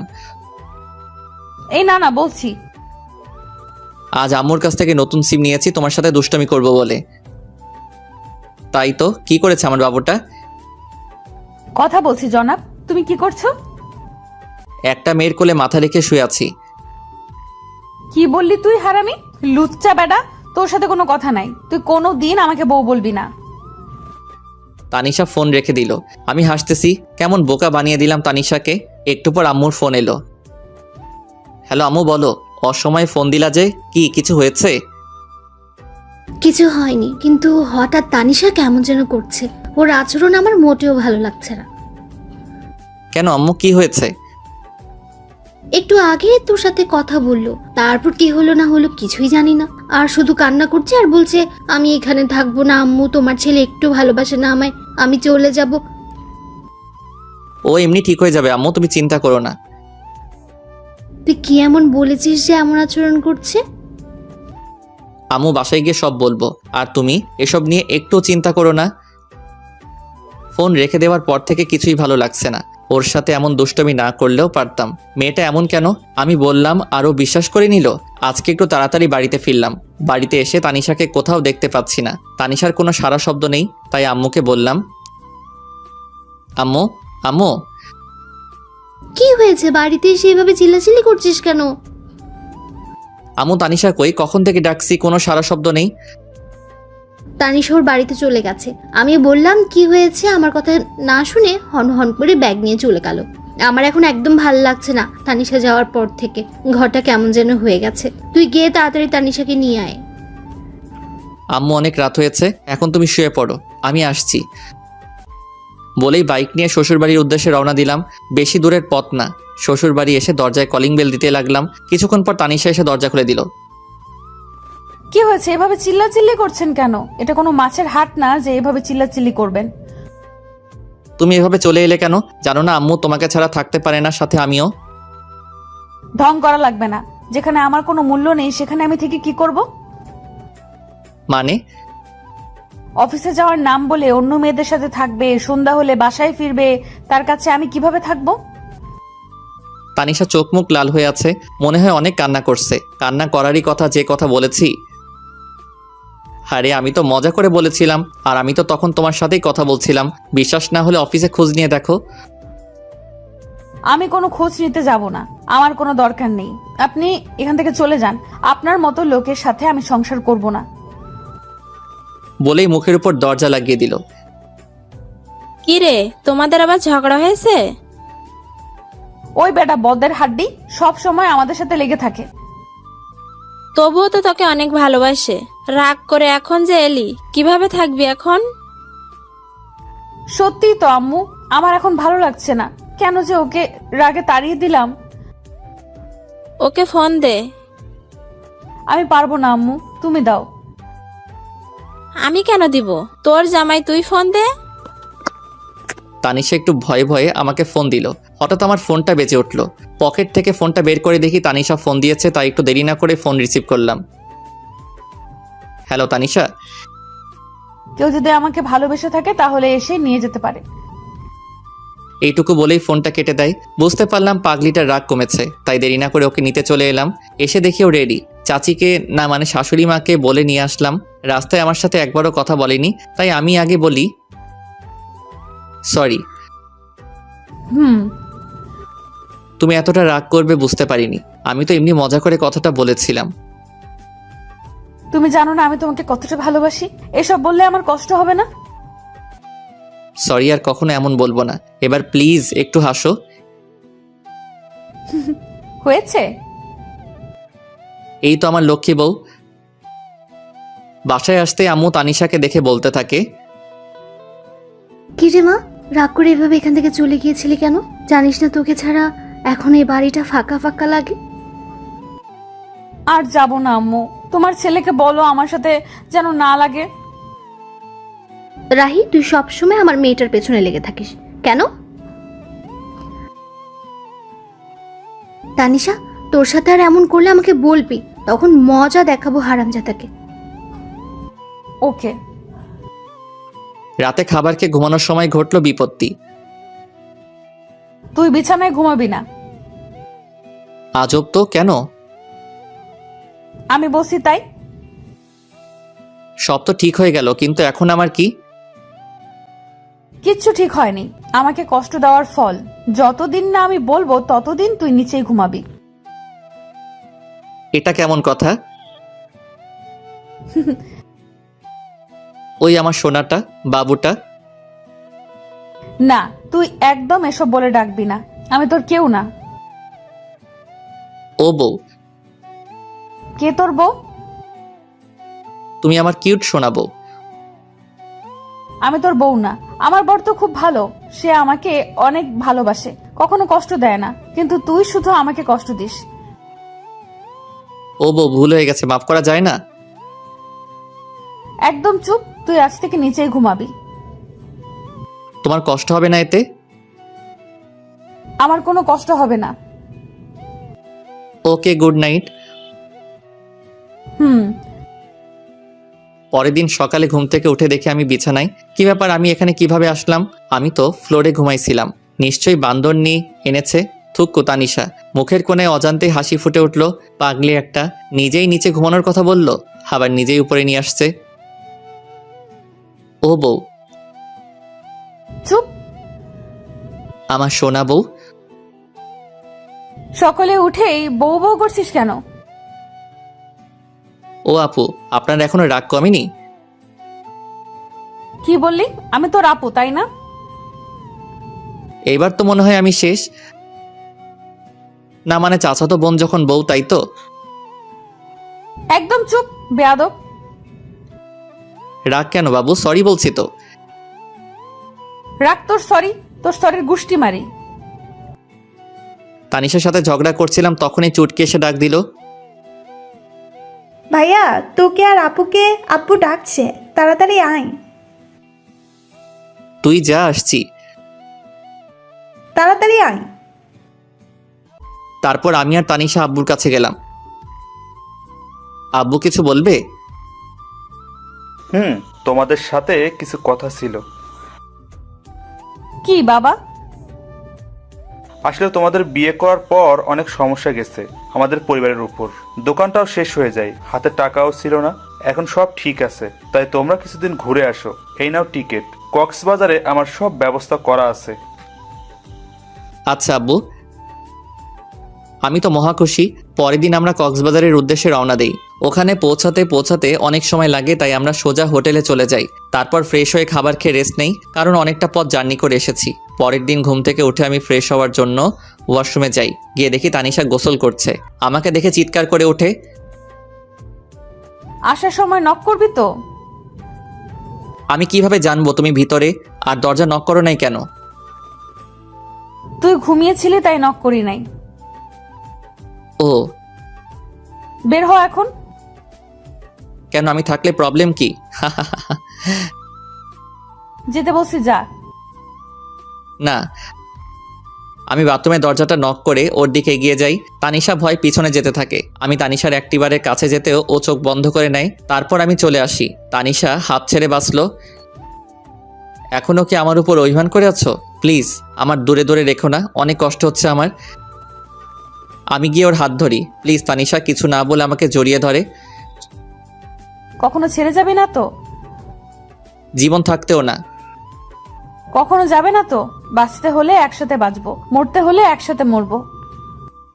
প্রমিস? প্রমিস। ওই, হুম। আমার না ছোট একটা রাহি লাগবে। তাই? হুম। কিন্তু আমার যে ছোট্ট একটা তানিশা লাগবে। তানিশা লজ্জা পেয়ে আমার বুকে মুখ লুকায়। আমি ওকে কোলে করে নিয়ে বিছানায় ফেলে দেই। ওর ঠোঁটের সাথে আমার ঠোঁট এক করে দেই। তারপর কি হলো সেটাও কি বলতে হবে? আপনাদের কি লজ্জা শরম কিছু নেই? এটা জানার জন্য বসে আছেন? জান মিয়া। 1 বছর পর আমি মাথায় হাত দিয়ে বসেছিলাম, ঠিক তখনই। স্যার, আপনার মেয়ে হয়েছে। তানিশা কেমন আছে?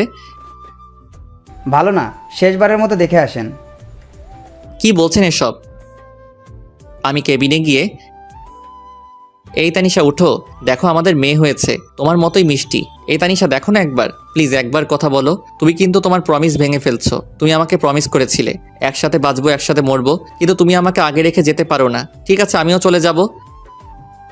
তখনই তানিশা আমার হাত ধরে বলে, এই পাগল, তুমি আমাকে ছেড়ে কই যাবে? কোথাও না, আমার পাগলিটাকে বুকে নিয়ে রাখবো। তানিশাকে জড়িয়ে ধরেছিলাম, তখনই আমাদের রাজকন্যা কোথায় দেখি? তানিশা আমাকে ছেড়ে দিয়ে, এখানে আছে আম্মু। সবাই দেখি সরো, আমি বাবুটাকে দেখব। চুটকি বাবুকে দেখে বলতে থাকে, আমি একটু কোলে নেই। তারপর বাবুটাকে কোলে নিয়ে বলে, আপু, বাবুটা একদম দেখতে তোমার মতো কিউট হয়েছে। ওকে আমার কাছে দে, ও আমার মেয়ে। তোর মেয়ে? আমি কি খেয়ে ফেলছি নাকি? এই কথা শুনে সবাই হেসে উঠল।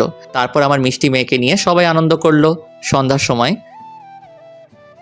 আম্মু আব্বু তোমরা বাসায় চলে যাও, আমি তানিশার কাছে আছি। ঠিক আছে, আমরা এখন আসি, কিছুক্ষণ পরে খাবার নিয়ে আসবো। আচ্ছা। তখন তানিশা বলল, রাহি এদিকে এসো। বলুন মহারানী। এখানে এসে বসো। তাহলে তোমার মিষ্টিটা দাও। দেখছে তো? কে দেখছে? তোমার পাঠক পাঠিকা। এই যে পাঠক পাঠিকা ভাই বোন, আর কতদূর যাবেন? এখন আমাদের প্রেম করতে দেন। ভুল ত্রুটি হলে ক্ষমার দৃষ্টিতে দেখবেন। পুরো গল্পে আমার সাথে থাকার জন্য ধন্যবাদ। কেমন হয়েছে গল্পটি বড় করে কমেন্ট করে যাবেন। তারপরের গল্পটা দেখতে হলে অবশ্যই সঙ্গে থাকবেন।